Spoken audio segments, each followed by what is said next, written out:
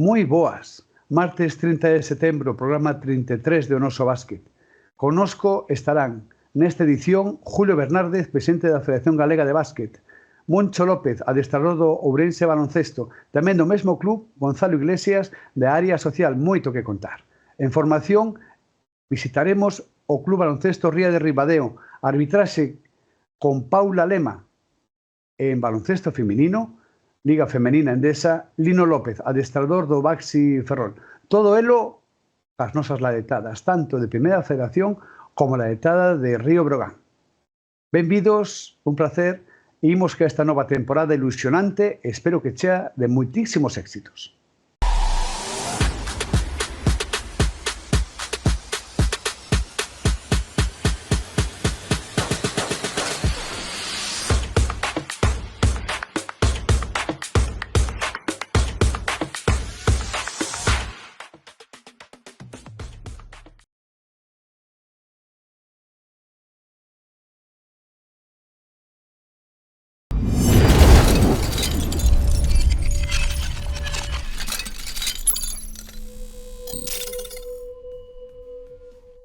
Pois o primeiro bloque non podía ser de outro xeito. Un ano máis abrimos con Julio Bernárdez, presidente da Federación Galega de Baloncesto. Julio, como sempre, un placer moi grande que estés connosco. Que tal, Julio? Como estás? Pues muy bien, contento de empezar una nueva temporada con vosotros y sobre todo contento de ver que el programa permanece, crece y hasta mejoramos en los fondos de pantalla que tenemos, que este año ha quedado precioso.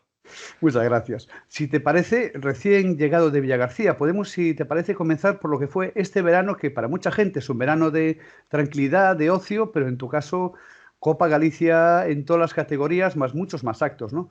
Un verano con mucho tránsito en tu caso. La verdad que el verano no pudo empezar mejor que con el debut ganando campeonatos de España en Melilla, en los campeonatos 3x3 en categoría U15 y U13 masculino y femenino. Fue un comienzo impensable. La verdad que nos llevamos una sorpresa tremenda, ¿no? Quedando campeones de España, segundos y terceros.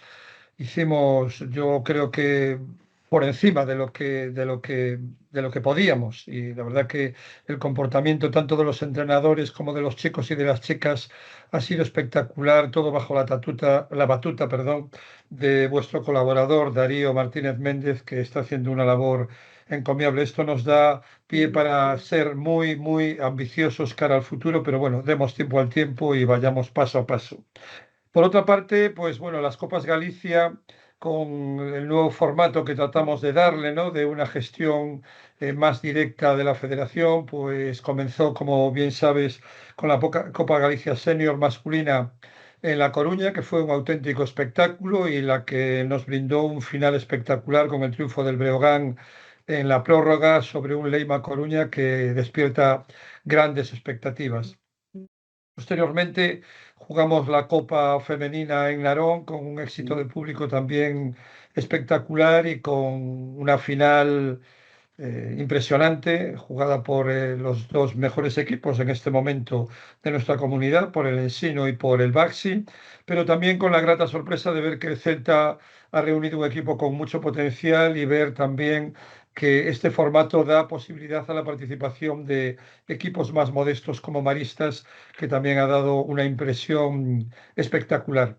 Y por último, este fin de semana, como tú bien decías, hemos tenido el honor de presidir la disputa de la final en Villagarcía, en la que vimos un espectáculo pues acompañado por mucho público y con unos jugadores impresionantes en la pista en la final de la Liga de Tercera FEB. Tercera FEB que este año, bueno, creo que va a ser irrepetible, o por lo menos yo solamente me mantengo la esperanza de seguir igual, que contemos con 10 equipos dentro de un grupo de 14 en esta tercera FEB, en la tercera FEB que nos corresponde. Creo que es un hito impresionante que, además de crear una competitividad y una rivalidad espectacular, va a significar un abaratamiento de costes tremendo para todos los equipos, porque los desplazamientos son mucho más económicos de lo que serían si tuviéramos equipos como pasaba habitualmente de fuera de nuestra tierra. Hemos recogido varias medallas durante esta pasada temporada, incluyendo este verano que estabas ahora comentando. ¿Cómo está el músculo deportivo para esta nueva? Bueno, pues el músculo deportivo estamos creciendo. La verdad que se nos plantean problemas nuevos a la hora de confeccionar grupos. Aún esta semana nos ocupaba que en la provincia de Coruña y de Lugo hemos crecido en los equipos de tercera autonómica, los equipos que son el verdadero pulmón de nuestro baloncesto, ¿no? En categoría senior, que hemos llegado a un máximo histórico de equipos y que esto nos crea pues el inventarnos modelos de competición que permitan que sobre todo los equipos, y a vosotros el Lugo además lo conocéis perfectamente, que tienen un problema geográfico importante, como los equipos de la Mariña, los equipos del interior de Lugo, a la hora de los desplazamientos, pues tratar de cohesionarlos para que jueguen ahí. Las ligas gallegas están creciendo, se están asentando. El nuevo modelo que hemos instaurado ya hace una temporada en la que los ascensos se dan en diciembre y crea una permeabilidad tremenda a la hora de que equipos que en principio tienen menos potencial puedan acceder incluso a jugar un campeonato de España.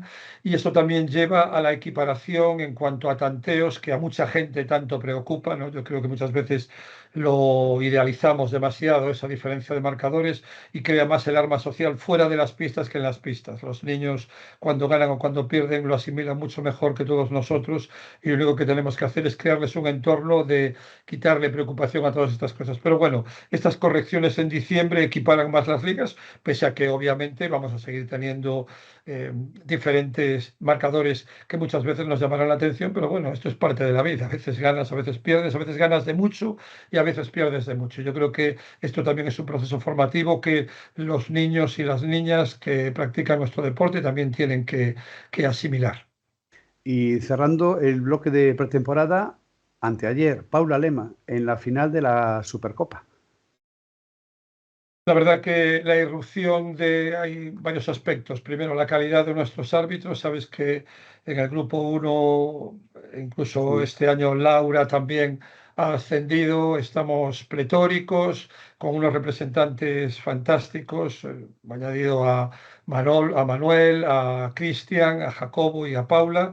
Estamos muy bien representados. En el grupo 2 también Dani y Jaime también nos están representando fantásticamente y tenemos un músculo que viene detrás que cada día me ilusiona más porque estamos consiguiendo un perfil de árbitro educado, que se cuida, que, con una formación académica muy importante y eso se nota en las pistas. Toca madera, esperemos que las próximas temporadas sean, pues digamos que con la calma que hemos tenido en esta última. Obviamente los árbitros cometen errores y no podemos dejar de olvidar que los árbitros también tienen que formarse y los niños cuando empiezan a jugar, si son diestros no saben entrar por la izquierda y si son zurdos no saben entrar por la derecha y los árbitros también tienen que hacerlo. Pero la federación en eso se está gastando cada día más dinero en formación y hemos hecho cambios estructurales, como tú bien sabes, que también tienes un colaborador en tu programa que es Dani Jan, que está haciendo una labor encomiable de unificación, de buscar a gente que se una al proyecto y también con una directriz clara. O sumas o no sumas, pero aquí las cosas, el mundo del arbitraje tiene que estar fundamentalmente basado en el servicio a los clubes. Y los clubes lo que necesitan es tranquilidad, rigor y sobre todo formación. Por lo tanto, lo que decíamos antes, o aportas o aparta, pero no, esta máquina no se puede parar en ningún momento. Y niño que dedica 2 tardes a baloncesto no está a otras cosas. Eso no Y cabe duda. dos, y tres, y cuatro, como tú bien sabes, eso está clarísimo. Y esa es nuestra gran lucha, que todas las instituciones todavía más se convenzan de todo esto.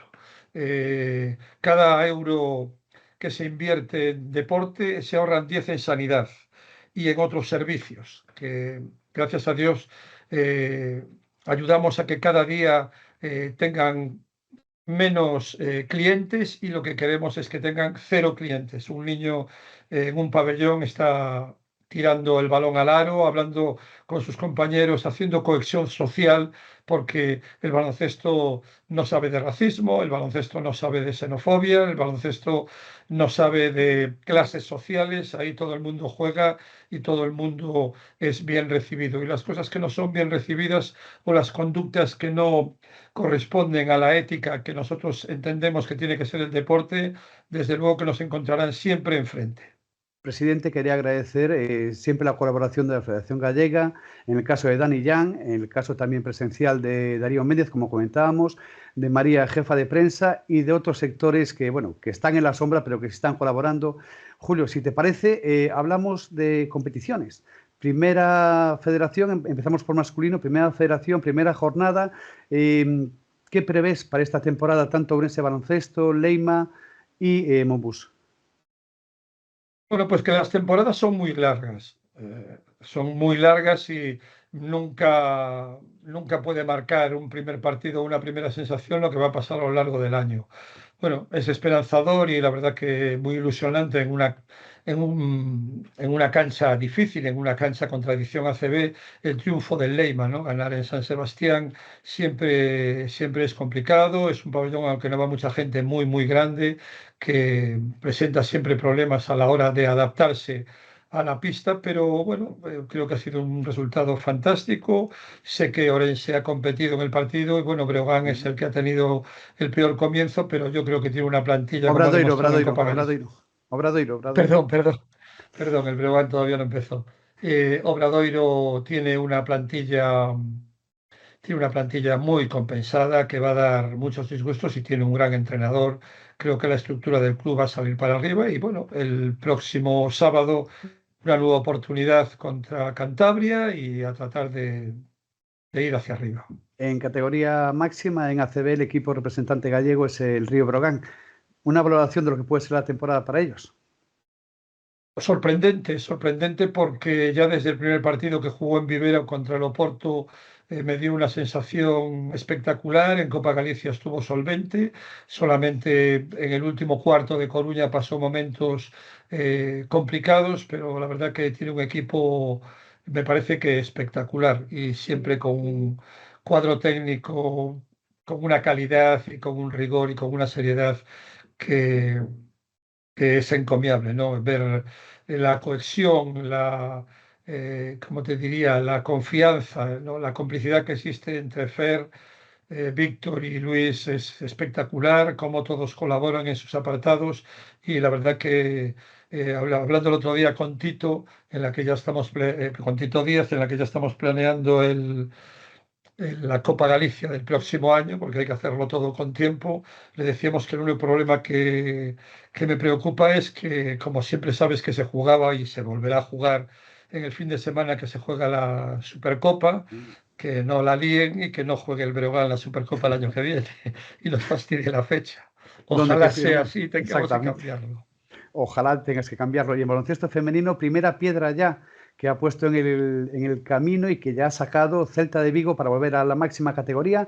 Y comienzo también, complicado en ambos casos, Zaragoza, Ensino y Valencia, Baxi Ferrol.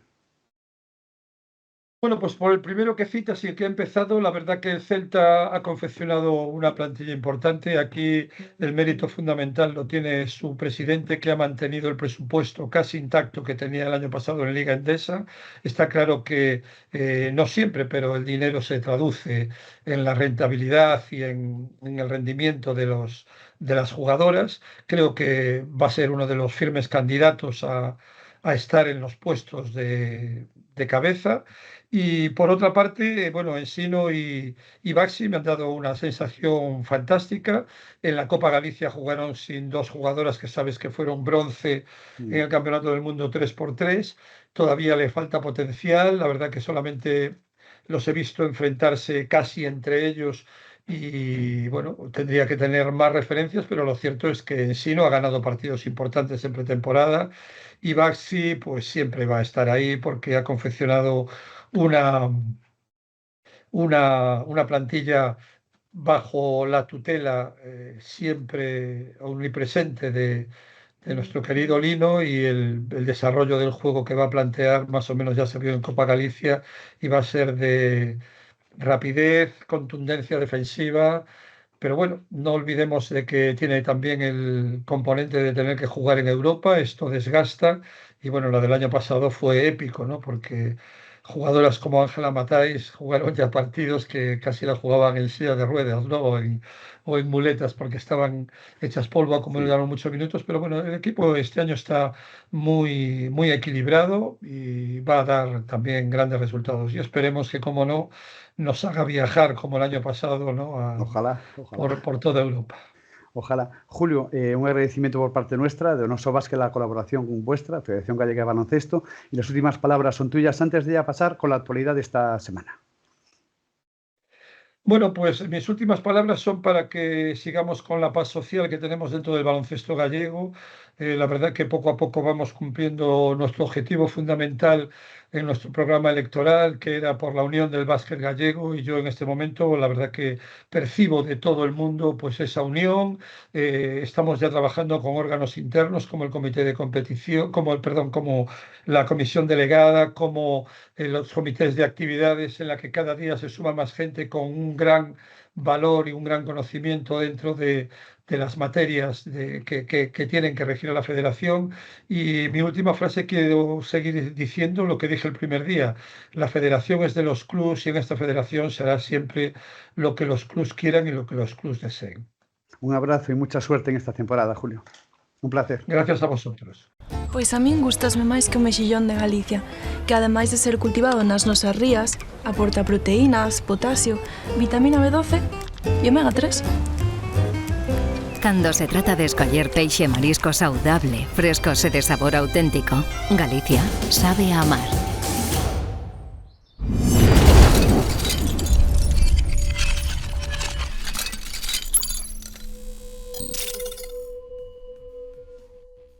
Pois unha cara coñecida, o mestre Paco Trigo. Un placer unha tempada máis connosco, Paco. Moi boas. Boas, pois encantado de volver a estar aquí e ilusionado por esta nova temporada. Con Se moitos parece, empezamos. éxitos. Sí. Empezamos xa ca competicións. Si te parece, é o máis próximo, non? A Supercopa.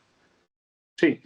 Bueno, un fin de semana de moi bo baloncesto, tres partidos moi igualados, as dúas semifinales e a final, dos mellores equipos prácticamente que hai hoxe en día na ACB, como amosa a igualdade, estando á altura da temporada que estamos. Na primeira semifinal, Unicaja Valencia, 87-93, excelente semifinal, mellor inicio do Unicaja, que despois do descanso baixou o porcentaxe en tiro de tres, que o lastrou e pasou a dominar o Valencia. Destacar a actuación de Moore por parte dos vencedores e de Duarte Kravis por parte do Unicaja. A outra semifinal, peores porcentaxes de tres nos dous equipos, 72-71 ao final para o Real Madrid, ainda que La Laguna tivo o tiro decisivo. Ao final, pues, bueno, decantouse para o Real Madrid como puido ir para Tenerife. Destacar a actuación de Xermadine, que xogou 30 minutos, anotou 23 puntos e un 28 de valoración. E logo xa na final, Real Madrid e Valencia, 94-98, tamén igualdade máxima, 2 cuartos para cada equipo e as estadísticas pois moi variadas. Por exemplo, mellor en tiro de tres o Valencia, pero mellor en tiros libres o Real Madrid, máis poder reboteador dos madrileños, pero menos valores perdidos polo Valencia. Ao final, bueno, destacar polos madrileños a Zonia e Campazo, veteranos que saben como xogar finais, e polo equipo ganador, Valencia, pois a Taylor e a Sergio de la Rea, que a postre foi declarado o xogador máis valioso do torneo. Pasamos á primeira federación, onde xa hai representantes galegos. Empezamos precisamente polos tres equipos galegos, un pouco en orden cronolóxico: Alacante 86, COP 87-76, un bo inicio do COP que chegou ao descanso con ventaxe 38-44, pero o mal inicio do terceiro cuarto, que levou un parcial de 14-0, pois fixo eso, que o marcador pasase a un 52-44. A pesar de que remontou, incluso entrou no último cuarto con ventaxe, nos minutos finais encaixou de novo un parcial de 22 que xa deu ao traste con calquer posibilidade de ganar. Destacar, eso sí, no Alacante por excelente porcentaxe en tiro de tres, un 48%. Este a Menorca Monbús, pois, contundente derrota, 97-77 inesperada do Monbús, superado en todos os aspectos do xogo. Realmente perdeu os 4 cuartos, un porcentaxe moi frouxo de tiro exterior, un 18% en tiro de 3, tendo xogadores como Brito, Barcelo ou Barruetas 3 veces deben aportar máis eficacia ofensiva, sin dúbida. Foron tamén superados no rebote. En fin, un mal partido, mellor que suceda na primeira xornada para ter tempo a corrixir.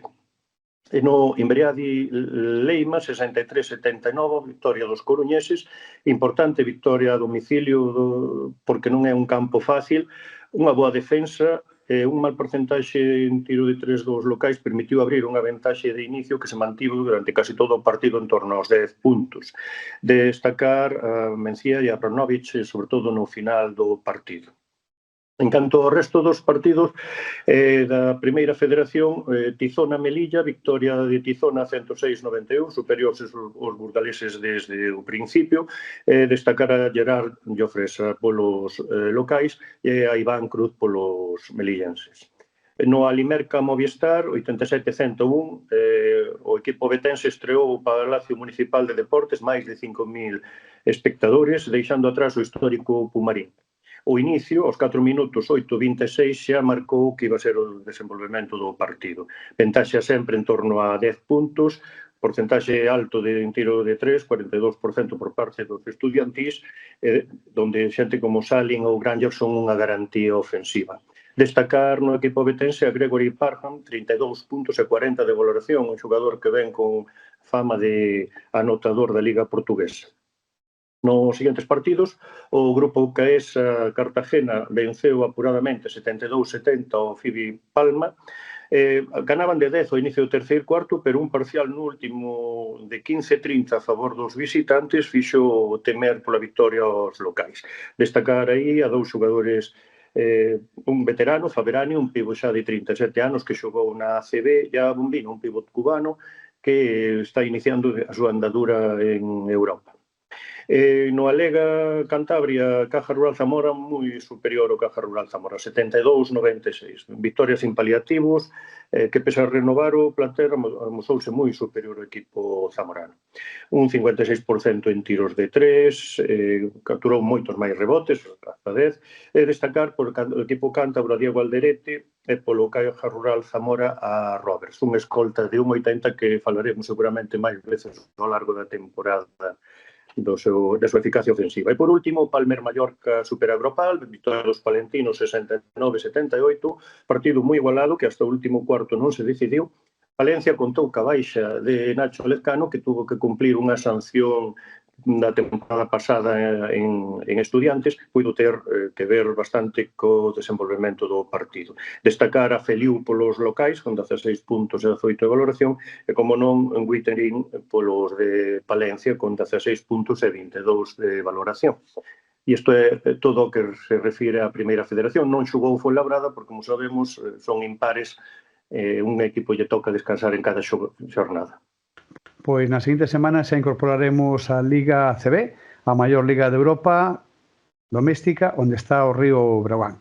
Paco, un placer. Imos cara a Ourense, xunto a Andrés, xunto a Sergio, para recibir a Moncho López. Moitas gracias. Unha apertiña. Paco. Unha aperta.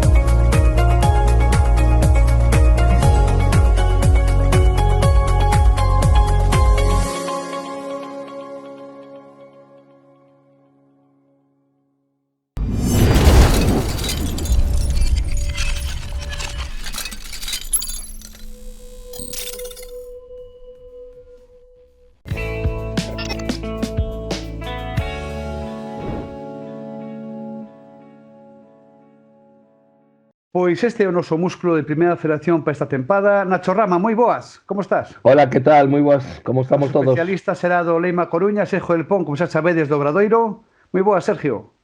Hola, vos, boas noites. E Andrés Cachalvite, do Ourense Baloncesto. Moi boas, Andrés. Hola, que tal? E falando xustamente deso, comenzamos igual que a tempada pasada. Ca presencia e honor de ter con nos a Moncho López. Moi boas, Moncho, como estás? Boa noite. Hola, boa noite, como estades? Primer partido, comeza xa a tempada e comenzamos todos a darlle. Andrés, o ataque. Bueno, boas noites, Moncho. Penso que non foi o debut desexado polo Club Ourense Baloncesto, pero tamén tocou bailar cunha das máis feas da liga, non? Ao final un equipo super completo este Alicante, pero eu penso que un bo partido na primeira metade, despois o Co foi perdendo un pouquiño de punch, non? Durante a segunda metade. Cal é o balance que lle fas ti do primeiro encontro?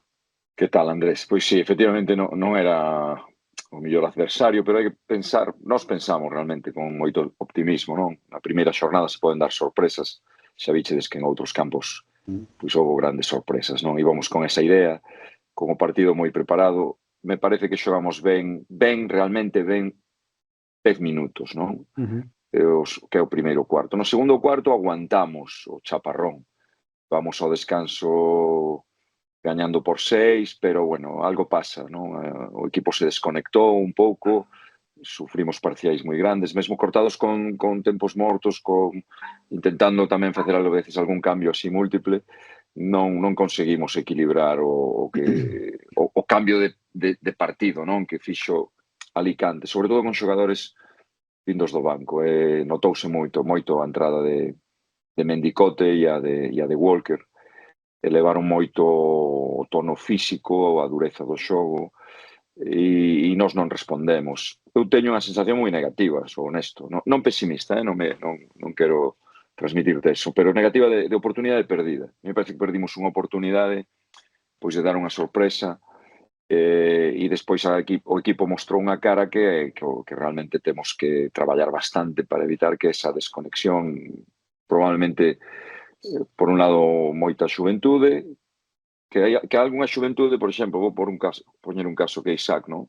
Isaac empeza na primeira parte con 2 ou 3 erros infantís, pero crece durante o partido, non? E acaba sendo un xogador bastante importante para chegar ao último cuarto aínda vencer. Outros xóvenes, ao contrario, non? A súa reacción aos erros é facerse pequeniños e ter dúbidas, non? Pero, sobre todo, xogadores con bastante peso específico, me parece que o partido se lles fixo longo e, bueno, temos que ver, evitar que eso pase, non? Desculpas hai todas, a mí non me gusta utilizalas. Novatos na Liga, novatos en España, pero, bueno, xa non era o primeiro partido, xa podíamos chegar coa lección aprendida. Sí, falabas de unha desconexión na segunda metade. Penso que hai un 16-0 de parcial no terceiro período. É certo que o revirte, non? Cun 0-9 despois, pero a mí o que me chama a atención particularmente é o bo comezo de partido de Calxer, que comeza moi ben, comeza enchufadísimo, e despois na segunda parte fai un tiro soamente, desaparece do encontro, como outros xogadores. Por outra banda, Martín Iglesias ben, o que dis Isaac vai medrando durante o encontro. A que achacas esa desconexión de Gabe Calxer? Bueno, estou ainda intentando descifralo, non? Porque falei hoxe bastante con el, e el decía que se sentiu diferente na segunda parte, pero tamén, e non é un problema de comprensión de idioma, bueno, que sentiu que o xogo fluía na primeira parte, que lle chegaban balóns, e na segunda non. É curioso porque realmente el ten moita responsabilidade na subida da bola, inicio os ataques, perde un par de balóns, o único lanzamento que fai na segunda parte é un lanzamento moi forzado, sen necesidade. A mí me parece que probablemente eso, chamarlle de alguma maneira desconexión. A mí me parece que perdeu o foco, perdeu a concentración. Probablemente Alicante tamén foi máis agresivo na marcaxe, non? Sobre Calxer, pero el ten capacidade física e técnica para aguantar diferentes defensores, diferentes estrategias, pero non foi capaz, se desconectou bastante. E aquí pasou un pouquiño tamén con Rafa, non? Son dous xogadores bastante importantes no bon inicio. Os dous son os responsables, como decía, de subir o balón, de empezar as xogadas, e na segunda parte non están, realmente. Entraron e saliron varias veces e xa non foron os mesmos, non? Bueno, cada un ten a súa cabeza, e as propias circunstancias do partido foron diferentes para cada un deles, pero é algo que non mostrou unha fragilidade que realmente temos que evitar, non? E a veces non chega a adestrar, podemos traballar moitos exercicios hasta que podemos cambiar sistemas, estrategias. Aquí há un aspecto bastante personal de capacidade de concentración, de carácter, que eles teñen que dar. Eu confío que van dar. Eu, antes de darlle paso aos meus compañeros, que facer unha última reflexión e pregunta. Esta pretemporada, cun plantel que chegou moi escalonado durante toda a tempada, o 5 e o Canu chegou, marchou, volveu, estes últimos xogadores, rivais de moitísimo nivel, rivais de ACB, de primeira fe, pelexando para ascender a ACB. Esa pretemporada condicionou un pouquiño este inicio de tempada con respecto ao anterior, na que o COP comezou como moito máis rodado, como moito máis lanzado que este ano. Bueno, eu penso que non tanto que chegasen os xogadores. Realmente Rafa chegou tarde na pretempada e o Cano, como decías tú, non? O resto, Kenton Smith tamén xogou con Bahamas, non está desde o primeiro día. Axuda a ter a todos desde o primeiro día, iso é verdade. Pero para min o factor máis diferencial é que o ano pasado todos, excepto os dous americanos, dous rookies, o resto coñecían bastante ben a liga, non? Coñecían moi ben a liga e bastantes deles coñecían ben o club.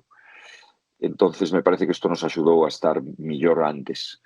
Eu teño bastante esperanza que este equipo logre xogar ao nivel do equipo do ano pasado e que sexa máis regular. Realmente aquí o que procuramos agora é máis regularidade, pero estamos pagando, penso, a xuventude de algúns, como te decía, e que se estrenen en España ou na primeira FEP outros, non? E dirás, pero é o que tú quixeches. Bueno, tamén son as circunstancias de mercado, non? Realmente son as circunstancias de mercado. Un exemplo é o Cano, non? O Cano é un bon xogador, estamos moi satisfeitos con el. É un xogador que nos tentamos contratar máis cedo, bastante máis cedo, nunha estrategia de construción de plantilla. Falaba con Sergio, non? Que aproveito para decir que Sergio fai milagros con o orzamento que temos, Sergio Pérez. Entón, o Cano era, digamos, que o noso poste barato, entre aspas, non? Entre comillas. Porque íbamos a invertir en outras posicións. Realmente as cousas despois non van salindo e de repente nos encontramos con que non logramos contratar outros pivots e tal, e o Cano está aí e o contratamos con un contrato de 3 meses, que é bastante significativo, non? Eso. É un tipo que podía ter estado desde o inicio, pero no momento hasta nos parecía que podíamos aspirar a máis e na realidade foi o noso foi o clavo ardendo ao que nos agarramos xa antes de pechar o plantel, non? E estes 3 meses que significan? Significan, por un lado, bueno, a proba para él, e eu gostaba moito que acabase a tempada connosco, porque significaría que está rendendo e que acertamos, pero tamén algunha aspiración nosa de poder, a ver si aparece ese patrocinador que nos pode dar aquí un impulsiño no orzamento e poderíamos, por tanto, con un xogador con 3 meses de contrato se nos abra aí unha chaneliña pequena, non? Cando ele acabe o contrato para reforzar o equipo, non sei. Parecen as contas da leiteira, pero esa é a nosa realidade. Sí, bueno, parece, obxectivamente, vendo a segunda liña do COP deste ano, me parece máis completa que a segunda liña do COP do ano pasado. É dicir, agora mesmo contar con garantías de xogadores como Martín Iglesias, como Isaac Vázquez, que poidan rendir desde o primeiro minuto, Martín Fernández, que ainda ten que dar un pasiño adiante, Huguet, que para min é unha sorpresa vendo do que ven, é dicir, para min pois dá unha garantía, unha confianza de cara ao resto da tempada. Falta que os xogadores, pois clave o que dicías ti, que entendan a liga, que comprendan que hai que defender máis intensamente según que posicións, non permitir ese baloncesto vertical que tivo Alicante que fixo tanto dano, pero eu penso que para ser optimistas tamén nesa parte, non? Que a segunda liña funcione ben xa dende inicio. Sí, a mí me parece que temos unha plantilla profunda, non? Estou de acordo contigo e esa segunda unidade que bueno, o meu 5 inicial pode ser bastante aberto, vamos tentar ir trocando, sacando diferentes xogadores, non? Pero me parece que máis equilibrado que o ano pasado. O ano pasado non tiñamos 3-5, só temos. No baloncesto moderno é necesario ter 3-5, non? Temos bastantes alternativas ao base. Se houvese unha lesión dun base, temos varios xogadores que poden asumir esa posición. Temos un pouquiño de todo. A mí me parece que o fondo de armario está ben. E a nosa aposta era físico, a nosa aposta non, a nosa ambición era ter máis físico que o ano pasado, máis músculo, máis tamaño e, bueno, físicamente somos mellores, non teño ninguna dúbida. Talento, pois non sei, realmente había individualidades no ano pasado, Brito, Sergio Rodríguez, o propio Crique, non, que eran realmente xogadores daqueles que algún día así malo sacaban 8 puntos fora de sistema, non, e te gañaban un partido por algunha xenialidade deles. Parece que este ano non temos eso, pero se trata do global, non? No global a min a plantilla non me fai sentir preocupado e xogando as comparacións, porque é inevitable, non me sinto con peor equipo que o ano pasado. Realmente me parece que estamos fortes. Agora, a nosa realidade é a que é dentro desta liga e dentro deste mercado, non? Eu vou dicir aquí unha cousa, desculpa que me estenda. Sergio, cando empezamos a traballar no equipo, Sergio me dixo, a ver, fai unha lista, vamos facer unha lista. E xogamos ao noso supermanager. E eu facía o equipo que probablemente facedes todos. Pacheco debía estar en Ourense e Cremo, porque os pedín, non? Nesa lista, non só tiña... Falo pedir de que falamos, o dar nomes aquí que falamos con eles, con algúns deles, non? Pois Davison, eu sabía que Sergio non lle gusta, pero era un xogador que a nós nos podía interesar, non? Un Walker, estaba moi lonxe da nosa capacidade, non? Entonces, bueno, contratamos moi bons xogadores, pero para encontrar ese músculo, ese físico e ese talento, tivemos que ir fora, porque xogadores já contrastados probablemente un Calcheo e un Carlos Jürgens, si logran facer unha boa tempada connosco, o próximo ano igual xa non está ao noso alcance, non? Del Pon. Bueno, eu este ano coñezo moito menos a Ourense, en principio, porque algo quería tocar algo antes de que se nos olvide. Eu sábado adiantei unha viaxe para poder ver a Ourense e logo ver a Obradoiro, ir alternando. E quería tocar o tema con Moncho, que no esto do baloncesto pois sabe de todo, ten a experiencia. Falou hai un momento de que a ver se atopa un sponsor, pero creo que o que está facendo a Federación Española de Baloncesto co tema desta liga e co tema do operador televisivo é unha auténtica vergoña. É un auténtico escándalo. E eu espero que os clubs, non sei se houve unha reunión ca Federación e tal, tomen cartas no asunto. Por que digo isto? Primeiro, porque non poden ver a Ourense outro día, tuve que adiantar un viaxe, poden ver a Obradoiro cabreado, xa despois de non poder ver a Ourense, despois da primeira parte, e a segunda parte do Obradoiro tamén cabreado, e vin o destrozo que están facendo a esta competición na que se move moita pasta, de que hai unhos grandes xogadores, moitos deles que podían estar en ACB, e que o operador televisivo está destrozando un produto moi importante para clubs como Ourense. Que eu espero que o presidente Ourense, o presidente Obradoiro, o presidente Oleima e o presidente dos demais equipos tomen cartas no asunto. Porque é unha auténtica vergonza o que pasou este inicio de temporada e o que está pasando con as retransmisións. É dicir, ese produto é a liga esta, a Liga LEF, que sempre chamo LEF, pero a primeira federación de baloncesto. Eu creo que esta segunda categoría de baloncesto española é moito mellor que moitas primeiras ligas no resto de Europa.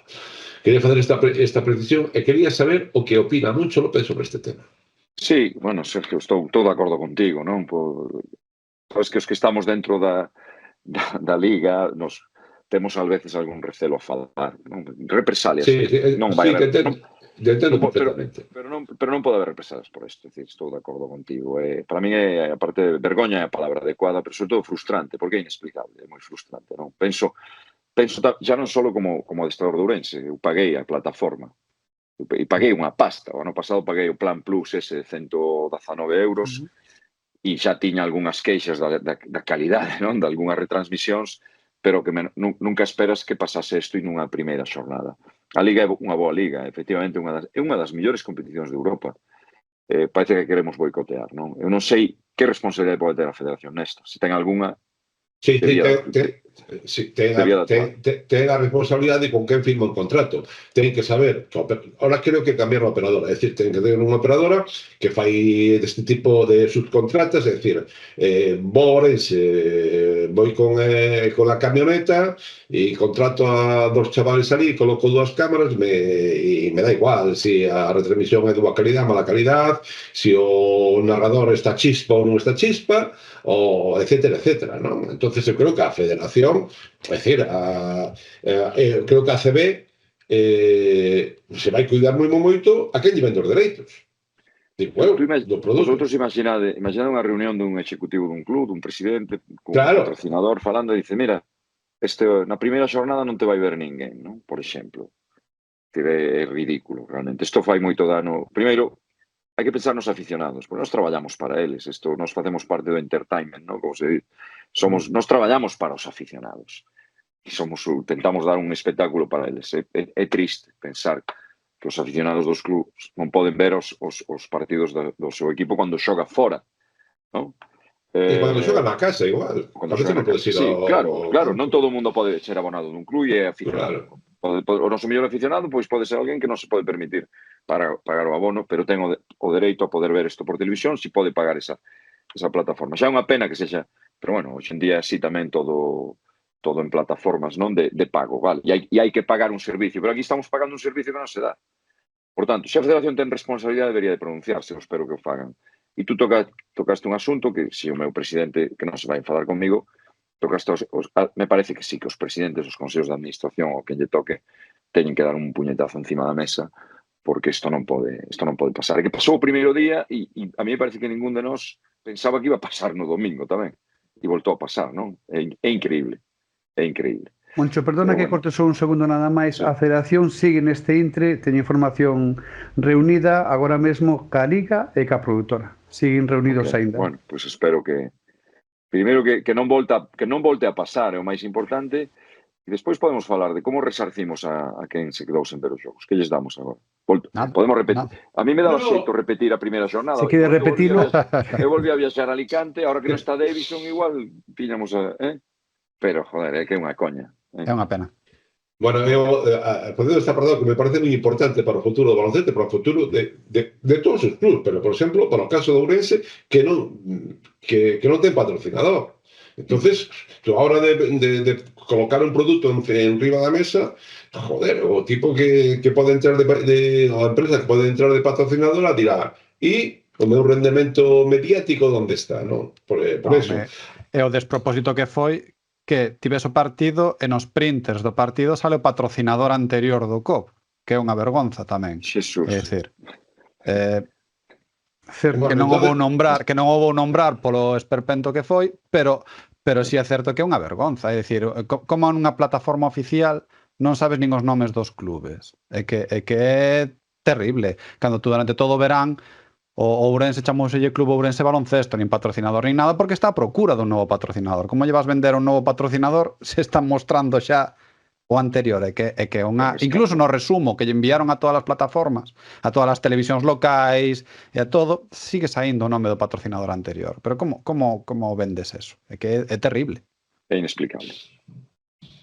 Bueno, eu ao marxe desto que quería falar quería falar con o medio do baloncesto como é Moncho López.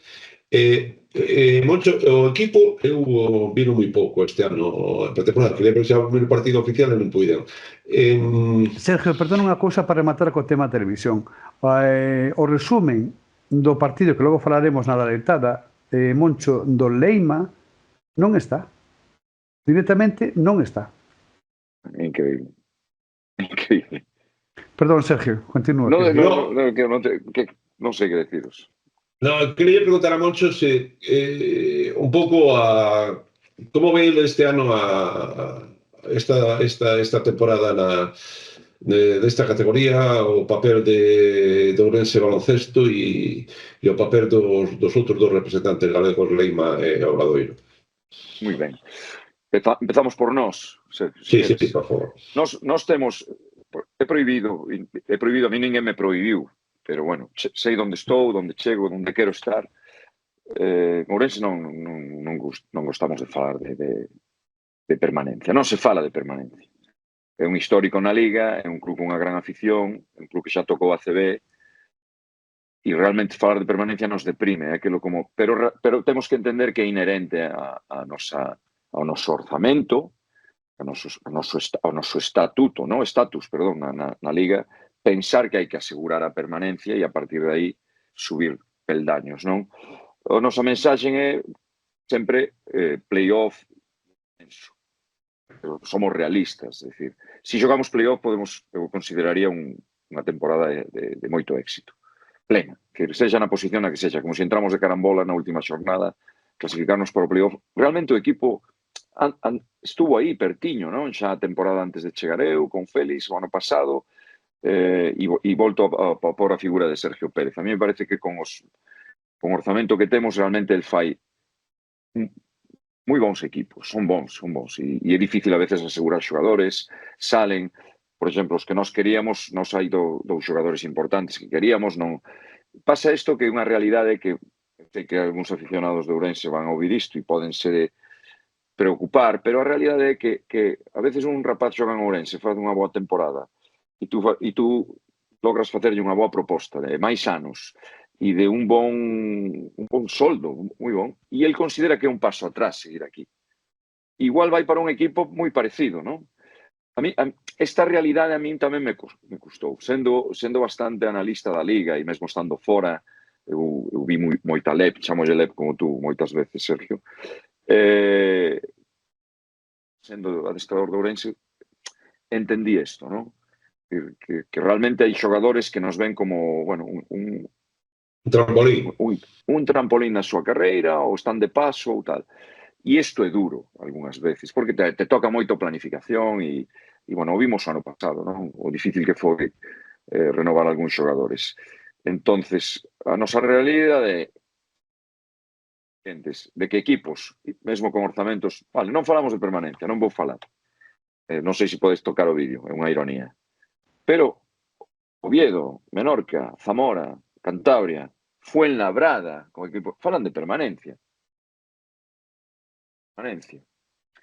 O noso, entonces, sí, é playoff, pero tendo claro que hai que asegurar a permanencia. Por tanto, isto a mí me corresponde todas as alertas preparadas, todas as alarmas, si en algún momento a permanencia corre risco, por falta de rendimento, por unha lesión, porque os outros son millores. Por tanto, é o meu traballo. Decir, internamente este discurso teño que mantelo vivo, non? E sinto o apoio do Consello e do director técnico de que é así.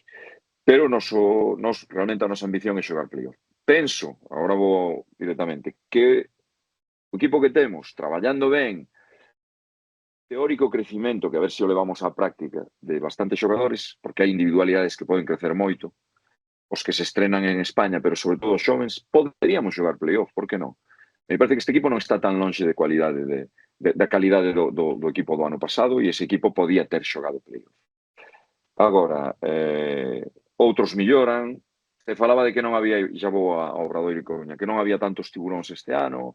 Este ano non hai ningún Burgos e non hai ningún Betis, xa, pero hai un Coruña, non? Que é tan tiburón como os outros.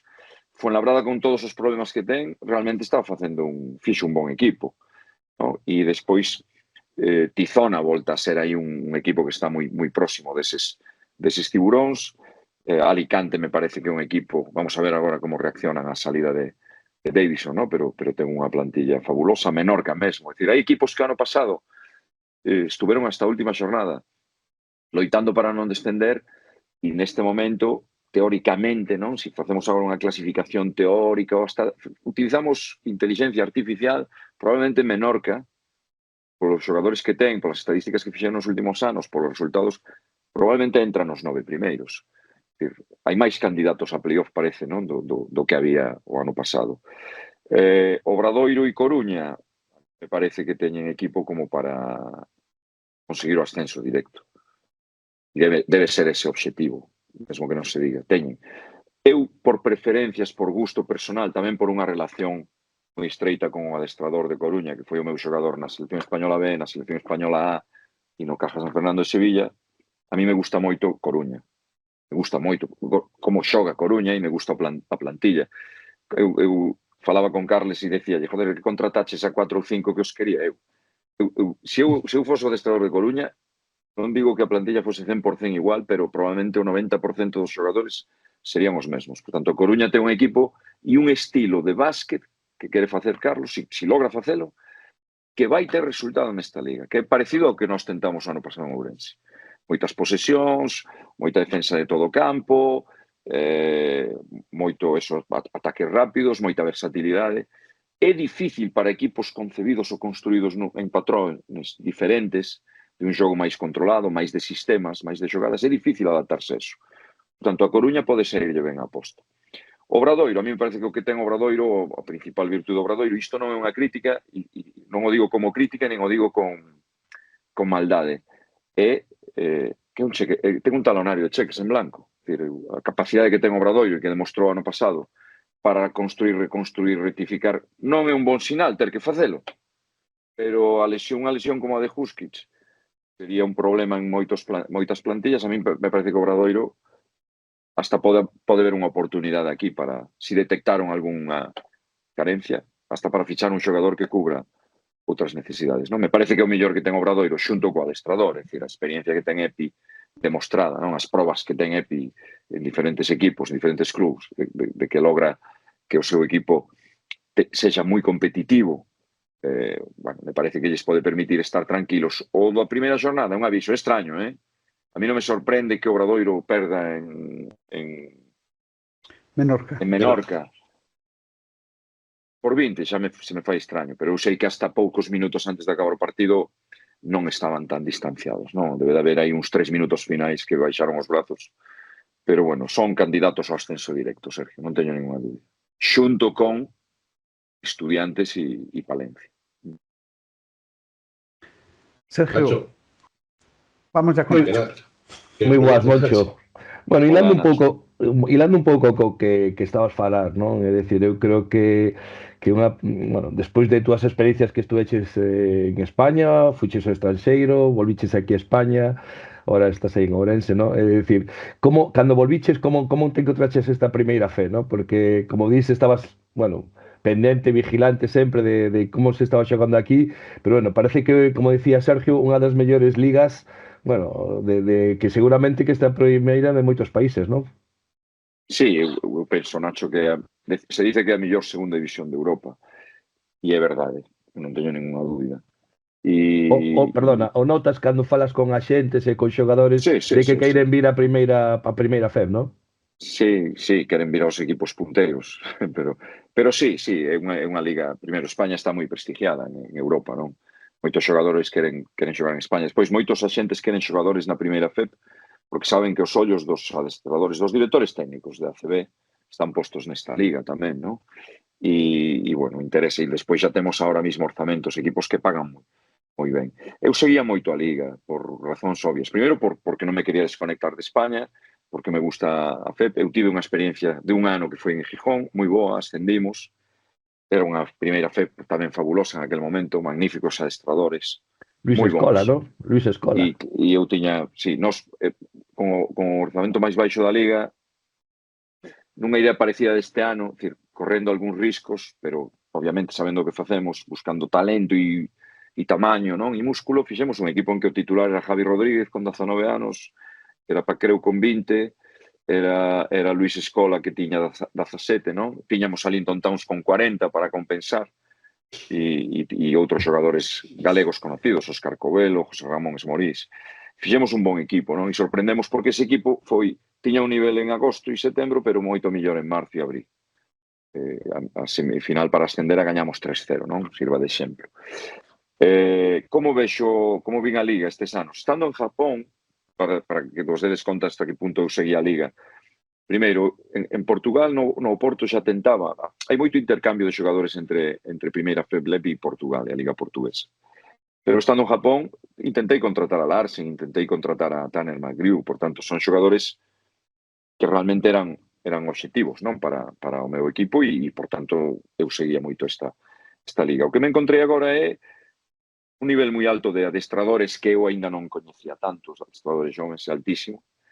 un baloncesto moi moderno realmente. A mí me parece probablemente o baloncesto máis moderno se xoga na ACB, Euroliga, sería Euroliga, non? Pero a ACB Euroliga realmente son as que están máis próximas de cousas que ves na NBA e en pouco tempo xa aparecen aquí, sobre todo en algúns estados concretos, pero a mí me parece que a primeira FEP é bastante moderna tamén, comparándoa con outras ligas que poden ter igual máis calidade. Por exemplo, a primeira división francesa é incomparable a...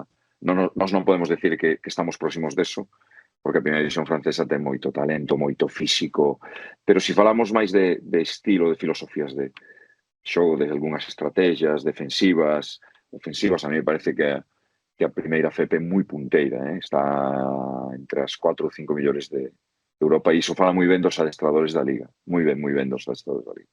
E despois unha máis, que era que relación ten os orzamentos das plantillas cas apostas que hai que facer polos rookies, non? Porque sempre se fala aí un pouco que dixeches de que os adestradores, os secretarios técnicos sempre buscan xogadores que coñecen a Liga, que teñen experiencia. Antes falabas de que, bueno, que a vosa aposta tamén é de ver como evolucionan esos dous rookies que poden marcar un pouco o devenir de Ourense. Sí, pois mira, a mí me parece que hai un equipo, é dicir, orzamentos pequenos, temos que apostar por rookies se queremos talento. Non podemos comprar talento con experiencia. É caro. E o talento con experiencia, ou en igualdade de condicións, probablemente nós igualamos algunhas ofertas con equipos destos que estamos a falar, de playoff, pero o xogador e o axente en igualdade de condicións, ou a veces hasta un pouquiño menos, prefieren ir a un equipo que pensan que van gañar máis partidos, que van estar seguro no playoff.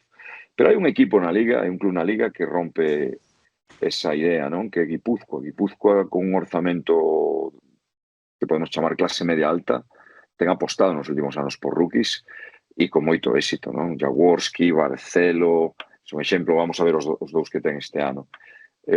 Fora de Guipúzcoa, a mí me parece que os rookies están nos equipos pequenos. Ten rookies Félix Alonso agora en Cartagena, ten rookies os dous equipos que ascenderon.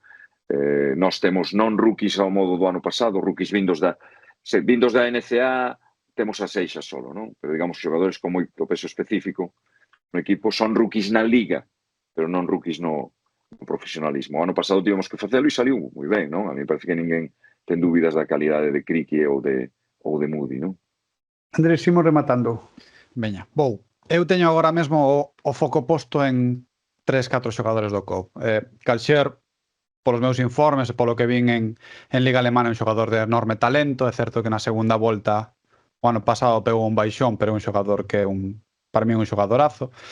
E teño dúbidas. Primeiro, Carlos Jürgens, que agora mesmo non teño, despois de toda a pretemporada non teño moi claro cal é o seu sitio no clube, o sea, no plantel, porque sí, te entendo. Non sei moi ben a que xoga, é dicir, se é un 2, un 3, un 1, non o teño moi claro. É certo que na pretempada, ao faltar Lisboa, tivo que facer cousas que non eran o seu xogo. Outro xogador é Ken Smith, que agora mesmo considero que a nivel defensivo ten que dar un pasiño adiante máis, non? Polo rol, polos galóns que ten. E despois, sobre o Canu, que é un xogador que, como ben dicías, a principio de verán estivo na xenda, e que agora firmou por 3 meses. E houve un xogador na Liga Francesa que estivo a punto de firmar polo COP e que estivo mareando a perdiz, e foi o que quizáis non retrasou un pouquiño a chegada dese xogador. Que esperas deses 3 xogadores? De Jürgens, de Ken Smith, especialmente o Canu? Xa dixeches que, bueno, un contrato de 3 meses, pero eu penso que é un xogador moi válido, un pouquiño pequeno, non undersize, pero ten unha envergadura moi grande. É un xogador que eu penso que vai dar sorpresas nesta competición, porque para mí é un xogador moi válido e quizáis un rol máis secundario do que vai ter agora, pero sí que é un xogador. Que pensas deses 3 xogadores? E tamén de Seixas, que vende 2 anos na NCA un pouquiño discreto, vamos a ser seguros, e agora mesmo tampouco está tendo eses minutos. Calxeur xa non o pon, xa está fora da pregunta. Bueno, Calxeur, eu penso que é un xogador que vai funcionar, non é un xogador que vai funcionar, pero bueno. Digo rapidamente, Calxeur nos sorprendeu a súa capacidade para xogar ben físicamente e é o que estamos esperando un pouco. A ver se adapta a intensidade do baloncesto español. Sí, porque defende ben, é dicir, un xogador moi completo, penso. Sí, pero nos parece que ten que ser capaz de crear por sí mesmo algunhas vantaxes para ir para os outros que ainda non está conseguindo, non? Vamos entonces con Jürgens. A ver, Jürgens é un caso moi especial. A mí me parece que por como utilizamos en pretempada, todos pensaron, é un base e non funciona. Realmente a idea con ele é desarrollar capacidades que el mostrou en pequenos flashes, tanto na Liga Lituana como en Estonia, porque, por exemplo, na universidade xogaba moi de tres, do tres tradicional que nós sabemos, non? Pero é un tipo que ten capacidade para conducir con moita velocidade, o seu un contra un en campo aberto é brutal, é bon, non? E despois é un rapaz bastante moi disciplinado tácticamente, que isto se está volvendo un pouco en contra dele. Ao non ter a Rafa, na pretemporada, as oportunidades, por decir de alguma maneira, de conducir. Eu non vou entrar naquela discusión, porque sei que temos, e porque é unha cuestión tamén de gustos, de si existen os uns ou non existen os dous. Realmente nós definimos no plantel por guards, forwards e centers. Nos guards entran o 1, o 2. Entón, nós pensamos que Jürgens nos dá unha versatilidade que está entre as dúas liñas. É tan 2-1 como 2-3. E iso é o que queremos del. E a mí me parece que o seu último xogo da pretempada contra a Coruña, xa vimos un Jürgens diferente, decidindo mellor, con menos oportunidades de ter que conducir el e pedir unha xogada. Por tanto, menos facer o papel de base tradicional. E agora contra Alicante foi un dos máis destacados, desde o meu punto de vista tamén, xogou bastante ben. Pero queremos eso, queremos que xogue un contra un dinámico en carreira, a ver se conseguimos que teña un lanzamento de 3, técnicamente non é malo, pues que teña algunha estabilidade, que este tirando por encima do 33-34%, o que quereríamos. Despois, defensivamente, pode ter un nivel altísimo e esa versatilidade que ten. El defende a pequenitos, que xoguen de uns, a douses que salen de bloqueos indirectos, a treses que xogan de espaldas. Realmente un xogador moi completo.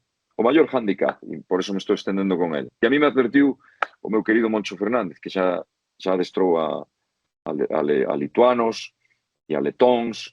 Eu adestrei a moitos xogadores de Europa e Moncho me decía, non te equivoques, porque eu decía, os europeos me encantan, eu xa adestrei croatas e belgas e son diferentes.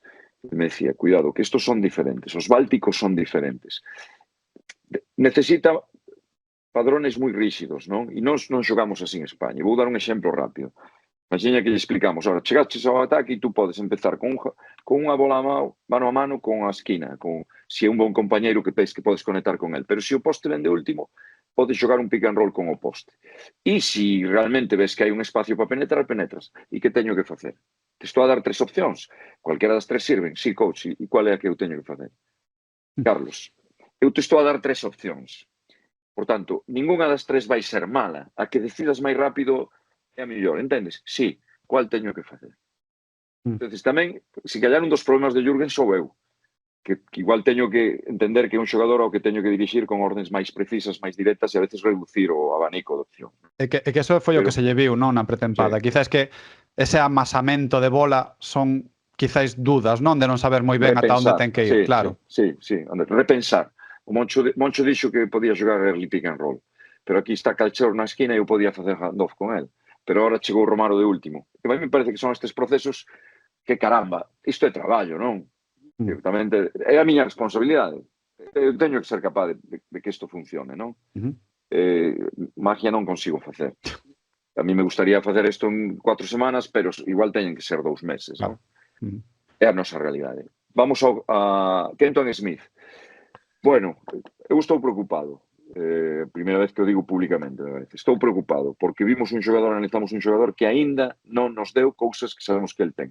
El tamén está, un tipo excelente, con moi bon lenguaxe corporal e vocal e con unha actitude impecable, fala moito comigo e el mesmo dice que está en shock, non? Dice, joder, xoguei Eurocup, xoguei Champions, xoguei en Suecia, xoguei en Rumanía, xoguei en Francia, Moncho, a min aquí me parece isto é moi técnico, é moi táctico, é moi detalle, está un pouquiño desbordado e entón falta reacción, falta explosividade. Aquel xogador que vimos que saltaba, que corría, que parecía unha araña, con unha panteira, aínda non apareceu. Vamos darlle tempo. Pero é desas alertas que temos aí, ou alarmas encendidas, non? E o Canu, a mí me parece que é un tapado, é un undersized, como se dice, non? Un xogador pequeno, xoga de espaldas a canasta, ten tiro de media distancia e xoga con unha enerxía brutal. Un tipo que non para, o colliño aquel de Duracell, non para. Adestramos 3 horas e o tipo acaba e fai sprints e sube as bancadas e fai mates e é unha cousa. E isto tamén é necesario nun equipo. Vai ser máis importante do que parecía. Pois fai a rúbrica a esta entrevista a Moncho López, Sergio del Pon. Bueno, pois nada, desearle moita sorte a Moncho, xa sabe que o lle quero ben e que o ano pasado pois seguíamos moito a Club Baloncesto Ourense. Houve aquel problema a mitad da temporada que eu creo que foi moi importante cando creo que moi injustamente o mandaron a bancada, non sei se foron 5 partidos, xa non me acordo, e eu creo que aí eso foi un punto complicado, moi complicado para o sprint final de Club Baloncesto Ourense. Eu xa saber de toda a sorte do mundo, intentarei ver partidos, se esta plataforma me permite, de Club Baloncesto Ourense, para poder opinar, para ter máis argumentos para poder opinar do xogo de Club Baloncesto Ourense. Me das 5 segundos, Xosé Luis, quero dicir unha cousa, grazas a todos, grazas Sergio, polo cariño que me tens, que é verdade. Vale, e dá gusto falar contigo antes dos partidos ou despois. Tedes un programa que é a hostia, quería dicir, é a hostia, sodes moi bons, é unha maravilla. E a chegada de Nacho Rama agora, que, bueno, falta aí Roberto, non? E falta o vídeo. Realmente, Xosé Luis, o programa é excelente e xa o sabedes polo seguimento que tedes, é moi bon. Facedes un grande favor ao básquet galego, moi grande. E o español, realmente, por extensión. Un gran programa. Agradecido. Aproveito para adiantar que a semana que ve incorpórase este programa Chema e Lucas para analizar a CB íntegramente. Temos tamén a Xiro López a próxima semana e temos algo que a ti vai che gustar moito, aproveito para dicirlo aquí, a pizarra de Pablo Abuín, xogadas de ACB, de partidos do Brogan, onde ele vai explicar situacións propias de partido e como se resolveron neles. E, por suposto, continuamos cos adestradores de Primeira Federación con EPI a semana que ven. Moi ben, bon compañeiro, bon adestrador. Un placer, Moncho, que vaya todo moi ben esta tempada, como sempre. Un abrazo grande aos 4. Apréciase moito, Moncho. Gracias. Chao, Moncho. Chao. Chao.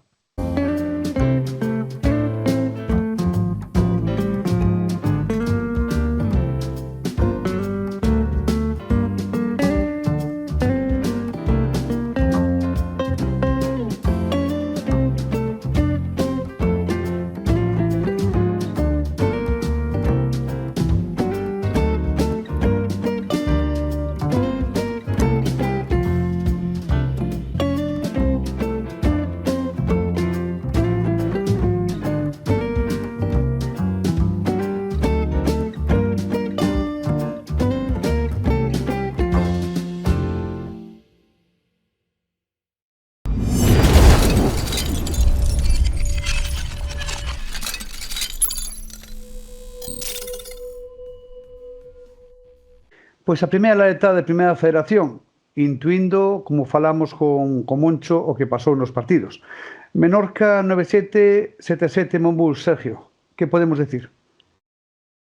Podemos decir que é a primeira bofetada que recibo o Obradoiro, na máis comenzar a temporada. É dicir, tú non podes ir a Menorca a palmar de 20 puntos, así de claro e así de sencillo.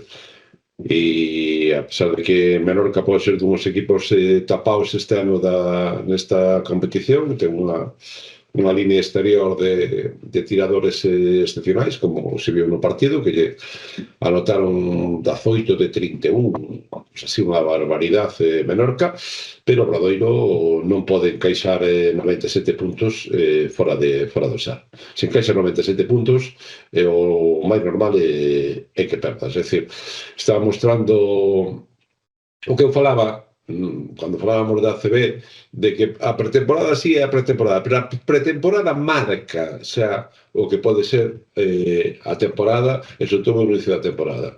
O Obradoiro durante a pretemporada tivo moitos problemas co rebote e tivo un problema gordo, que é un acerto moi baixo no lanzamento de 3. É dicir, Menorca fixo 4 de non sei quantos. E o gran problema do Obradoiro ahora mismo é que se acaba de lesionar Huskic, xogador que se acabou a temporada, e eu sigo dicindo que o outro problema é a posición de base por a fichaxe de Lumbis. Eu non sei de quen foi a idea, me imagino que do adestrador de Épico coñecía, pero o risco que corre o Obradoiro fichando este xogador non o entendí. Incluso lle dixen a xente do Obradoiro. É un xogador con historial médico en Coruña que todo o mundo sabe. Eu quedei sorprendidísimo dunha entrevista que lle fan aos recuperadores, aos médicos, ou non sei quen de Tereima, falando do seu historial médico e que ten un problema xenético de cuestión de hombros, é dicir, que o Obradoiro vai a ficha, ademais que non é unha fichaxe barata, non?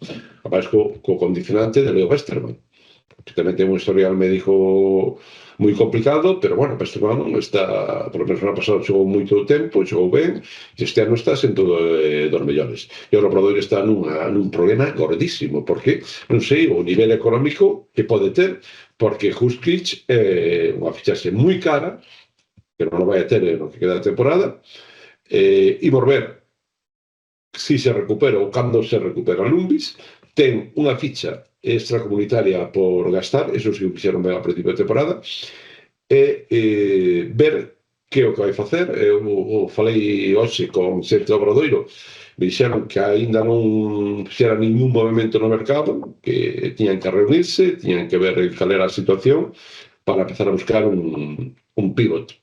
Está empezando a falar por aí que si podía ser que Kravis está sin equipo, o que estuvo ano pasado nos Estudiantes, ou se fichan a Kravis sería un error tremendo, tal como está estruturado o equipo, fichar un pivo como Kravis.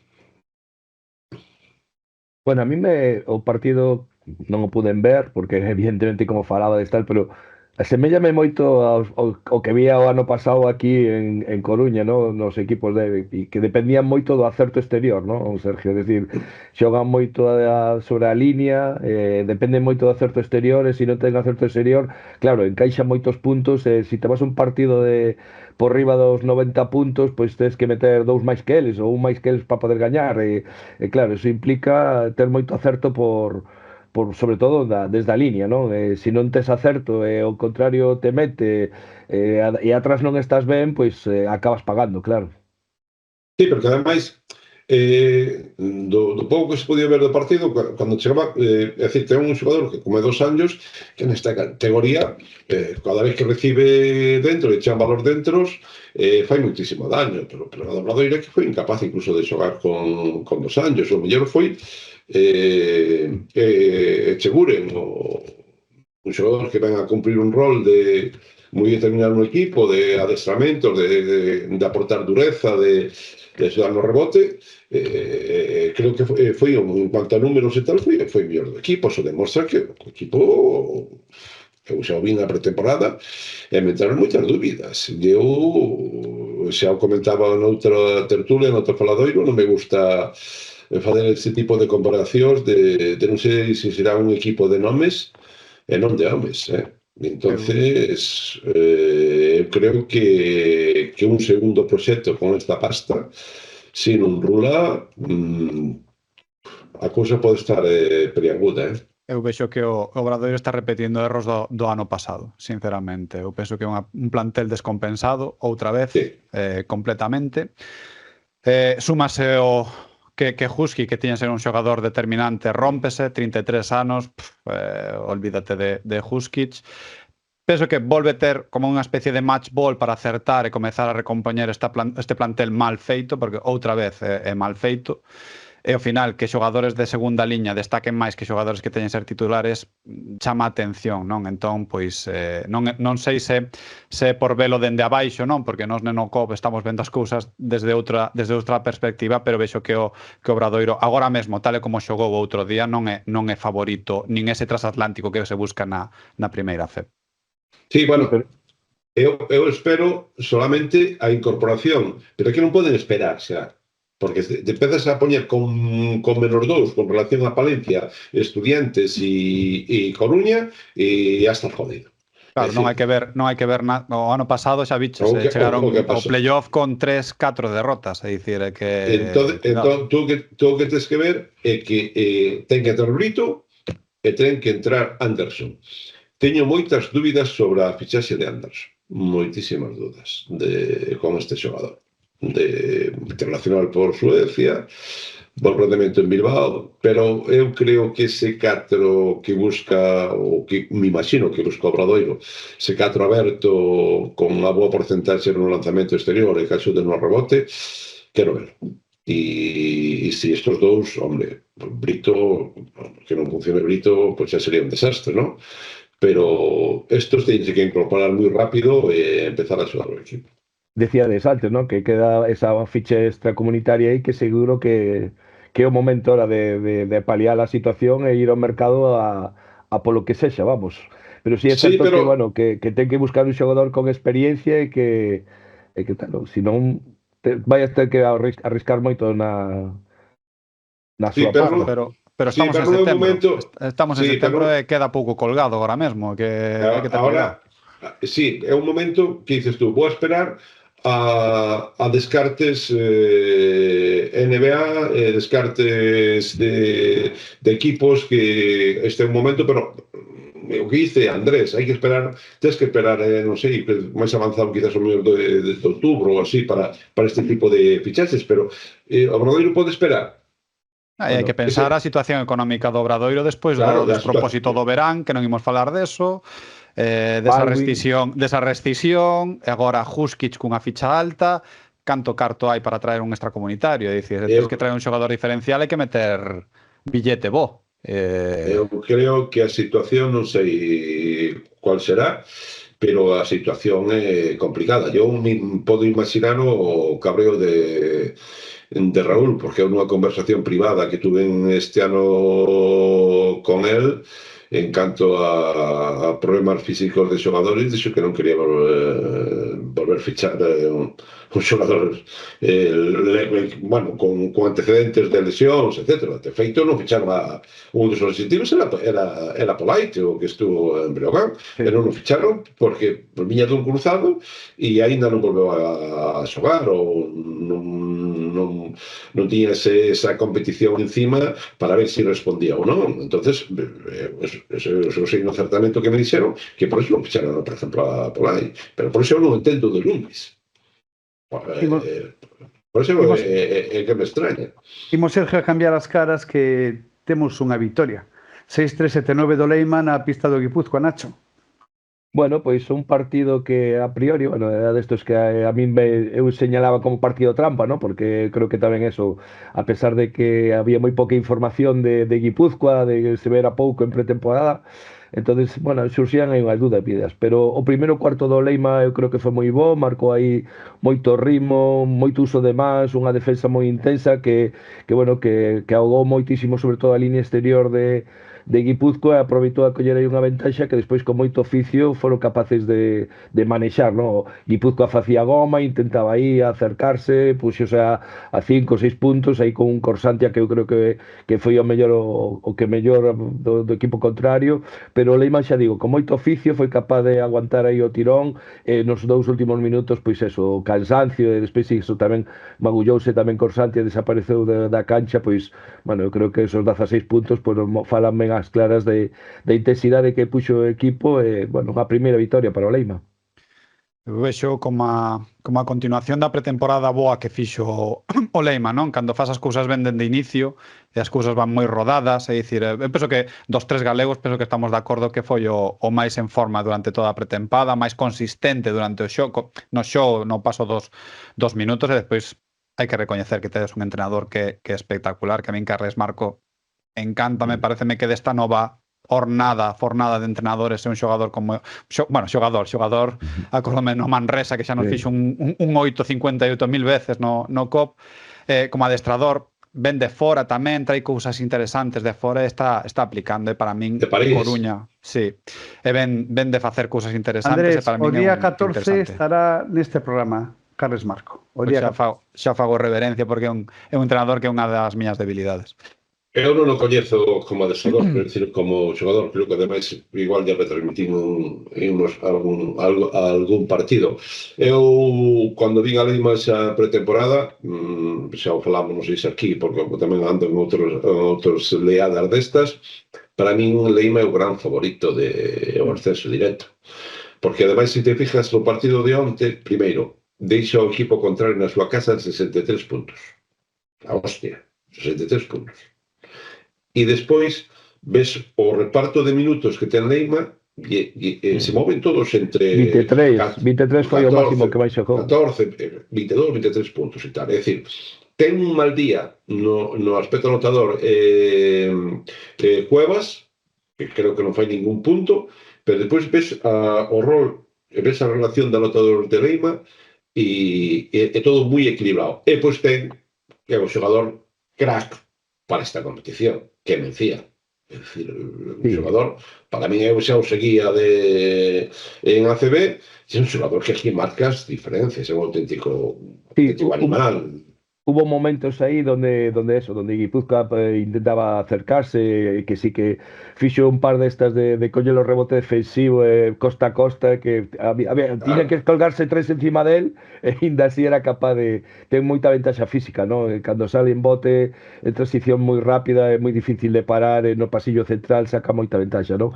Pero bueno, sí que estou un pouco con eso, decir que tuvemos a oportunidade tamén de falar con Carles o remato do encontro, e decía que ele estaba moi contento porque o planning defensivo saliu, que veu moitas cousas a mellorar a nivel ofensivo, non? Porque recoñecía que o equipo é novo, que non se coñecen e que levan pouco tempo adestrando, pero sí que, bueno, que ele estaba moi contento por como salían as cousas a nivel defensivo. Sobre todo o plantexamento era afogar a línea exterior, ¿no? Porque na pretemporada as referencias que tiñan era que os tres exteriores, ¿no? Hasley, Terry, Magui, pois eran un pouco os que estaban facendo puntos, e bueno, conseguiron un de 22, que incluso ese triple o meteron ao final de todo, ¿no? Non sei se pola boa defensa, se polo bon facer do Leima ou por mal facer do Guipúzcoa, pero os números están aí. Conseguir que un equipo faga un de 22 nesta liga fala tamén un pouco da boa defensa do equipo naranja. Non, ese non é que faga contra Guipúzcoa, é dos partidos que vin en pretemporada de Leima, fixo en todos os partidos, fixo mesmo.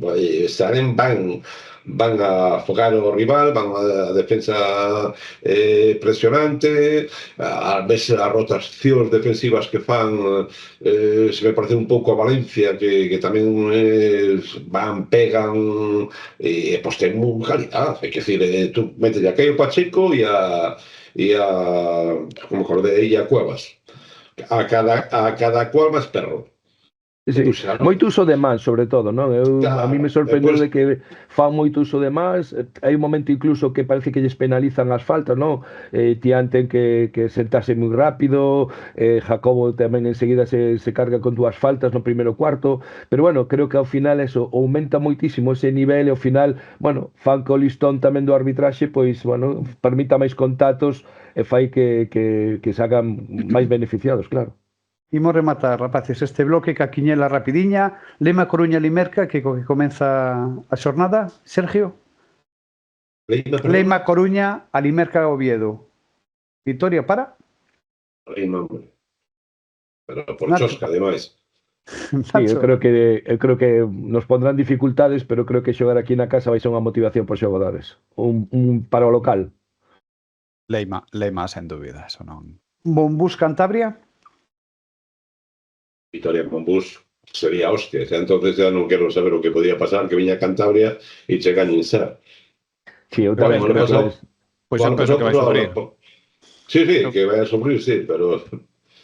No, eu creo que non, eu creo que van a sacar. Eu tampouco vin a Cantabria, o que vimos non tampouco... Creo que teñen, bueno, de sobra, debían de sacarlo de sobra. Rematamos con Ourense, Baloncesto, Mallorca. Bueno, que pasa, Andrés? Club Ourense Baloncesto vai gañar. Non, fora bromas. Penso que é un partido de confirmar que o COP ten capacidade para estar por riba de equipos da zona media baixa. Vai gañar. Sí, eu aposto tamén por eles. Victoria. Que dices? Sí, Pois con... bueno, digo, non teño ni idea de Mallorca, de verdad que ainda non estou un pouco, ainda non empezou a temporada e xa estou un pouco saturado de baloncesto, non de tal cual. Victoria local Pero as tres, non? Sí, victoria local, sí, pero bueno, sirve tamén para marcar para a afección unha alegría, porque foi unha pretempada complicada. Eu penso que con demasiados equipos de moito nivel, na pretempada tamén hai que ilusionar un pouquiño, e son cousas que hai que mirar un pouquiño, non? É dicir, o partido contra Zamora en Pereiro de Aguiar, nunha cancha de 300 personas. Donde? En Pereiro de Aguiar, ao lado de Ourense, unha cancha moi pequeniña No, que hai. xa sei que queda ao lado do Ourense. Claro, pero é unha cancha reformada, moi cuca, sabes, para adestrar. Pero ti se queres ter... Non me diga máis, Andrés. Unha movida da Diputación. Efectivamente. Pasando por riba. E despois moita ACB, moito Obradoiro, moita Básquet Coruña. Tamén hai que buscar algún rival no que poidas gustarte un pouquiño contra os teus, ilusionar e captar afeccionados. Eso é un pouquiño de marketing tamén. Marketing de equipo que lle chamo. Ímonos. Nacho, un placer. Benvido connosco. Benvido connosco. Andrés, Sergio, unha apertiña grande. Chao, adiós. Chao.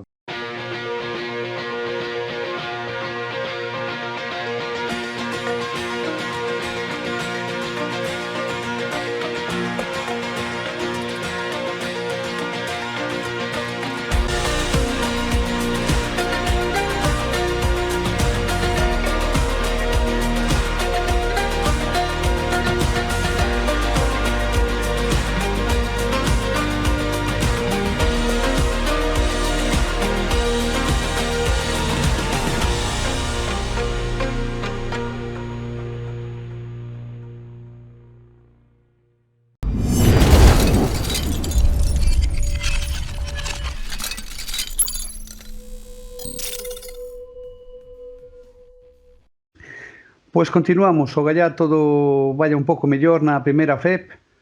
Como decíamos antes, moita sorte para Goran, moito ánimo que fai falta neste intre. Sergio. Hola. Boas, como estás, compañeiro? Bien. Ovidio, un placer volver a empezar unha laretada máis contigo. Moi boas, aquí estamos. Robert, sacando o sombreiro, moi boas. Que tal, como estades? Y con nosotros está, en nombre de Lleida, siguiente equipo del Río Brogan, Albert Square. ¿Qué tal? ¿Cómo estás, Albert? Buenas noches. Y con este Diario de la que mañana, habláis, yo creo que fantástico, ¿eh? No habrá pues problema. Buena tarde, Albert. Buena tarde. Buena tarde. Pues si os parece, Ovidio, dos pinceladas primero tocamos, si quieres, el partido con San Pablo Burgos y nos metemos ya al tajo del fin de semana. Bueno, el partido de San Pablo Burgos valió para lo que se preveía que tenía que valer. Habíamos hablado de que Breogán, todo lo que nos estaba mostrando en temporada era un poco falsete porque había jugado contra rivales inferiores de Primera Federación o contra rivales que no son de su liga en la ACB, como puede ser Gran Canaria, Valencia, Real Madrid. Entonces, bueno, habría que coger muy con pinzas lo que nos había dejado entrever Luis Casimiro del nuevo Breogán que presenta para la 25-26. El partido de Burgos no fue así, ya fue un partido contra un rival de su liga, y aunque es pretemporada, bueno, pues nos puede servir un poquito para calibrar en qué punto estamos. Y las sensaciones que dejó pues no son malas, o sea, muchos errores, muchos problemas, sobre todo defensivos, ajustes, bueno, lo típico de pretemporada, sobre todo con los entrenadores que están trabajando cosas y no están buscando ganar el partido. Pero sí hubo cosas para mí positivas, como había cierto ruido con Russell si no estaba, si su rendimiento, jugó un gran partido, ya vimos un buen Brankovic. Bueno, yo creo que sirvió para rearmarse, para que la afición se volviera a enganchar con el equipo después de palmar con Valencia como perdieron. Y bueno, y lo importante es que no se lesiona a nadie y que Mabra por fin, esto se graba el lunes, mañana martes se reincorpora al 100% con los entrenamientos. Ya hubiera jugado, si el partido de Lleida hubiera sido este domingo en vez del sábado que viene, ya habría jugado, porque ya estaba para jugar, pero decidieron darle 3 días más de descanso. Y bueno, ya todos a pleno rendimiento y sin lesiones, que es lo importante. Albert, esto es una laretada, una tertulia en la que puedes en cualquier momento interpelar a cualquiera de los que están presentes. Vamos contigo entonces. ¿Cómo está el equipo de Lleida a día de hoy, después de la pretemporada? Fundido. ¿Pajas? ¿Fundidas? Sí, fundido, porque las pretemporadas de Gerard Encuentra son criminales, ¿no? Hablas con jugadores y la verdad es que ves algunos y los comparas del día que llegaron a ayer, por ejemplo, y parecen personas diferentes. Pero bueno, es la forma de trabajar que tiene Gerard, incidiendo mucho en el físico, en las pretemporadas. Pero en principio, para el sábado estarán todos. El viernes contra el Barça descansó James Bateman por un tema de reparto de cargas, por eso que os comento.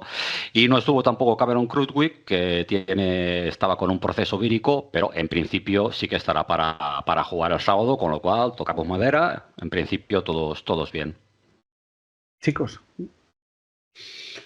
Bueno, dale, Delpón.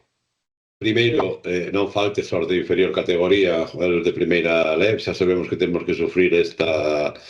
Digo por o vídeo, os rivales inferiores de primeira categoría e tal.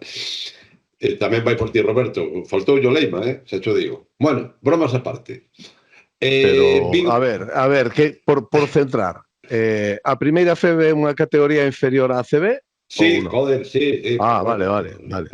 Eu teñome por un periodista rigoroso, entonces adoito sempre cinguirme a verdade. Neste caso, rivales de inferior categoría. Sí, pero ojo con la primera FEB, que esta pretemporada ya ha habido casos de jugadores que se han quedado en primera FEB cobrando más dinero que nadie. Sí. Sabemos del tema, sí. Pregúntale a Sergio. Pregúntale a Sergio.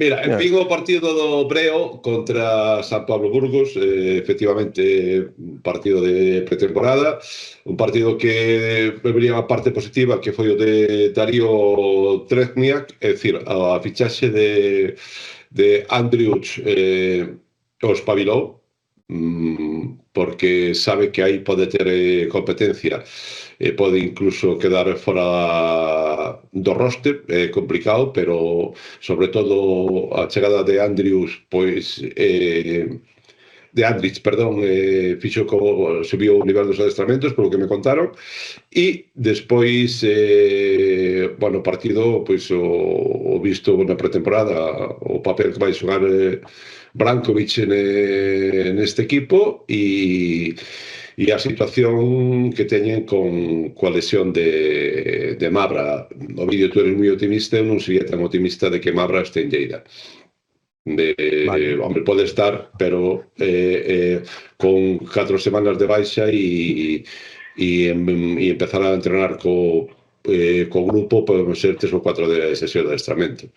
Entón, eu por aí creo que pode ter un problema Breogán, porque para mí sigo dicindo que Mabra é un xogador moi importante neste equipo. Robert, que podes aportar en este momento?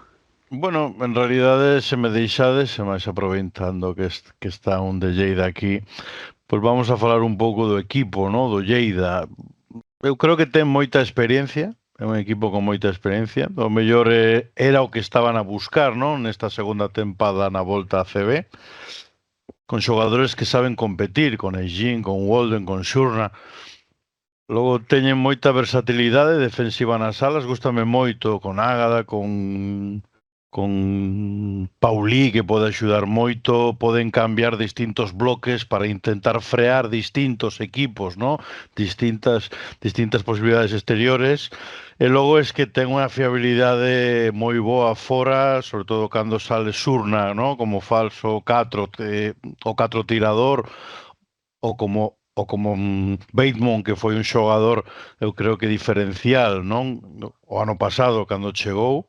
E logo esa variedade tamén interior, non? Con Krutwig, que pode ofrecer esa lectura ofensiva no poste baixo, co tema co que estaba con aquí no Lema Coruña, Diagne, que pode ofrecer centímetros, a mellor unha das 4 ou 5 chaves que podes ter neste encontro. Eu creo que o Brogan ten moita altura nos 5 e pode ser algo a ter moi en conta, e o mellor o Lleida con Goloman intenta con esa mobilidade intentar contrarrestar esa fortaleza interior que seguramente teña o Río Brogan, verdad?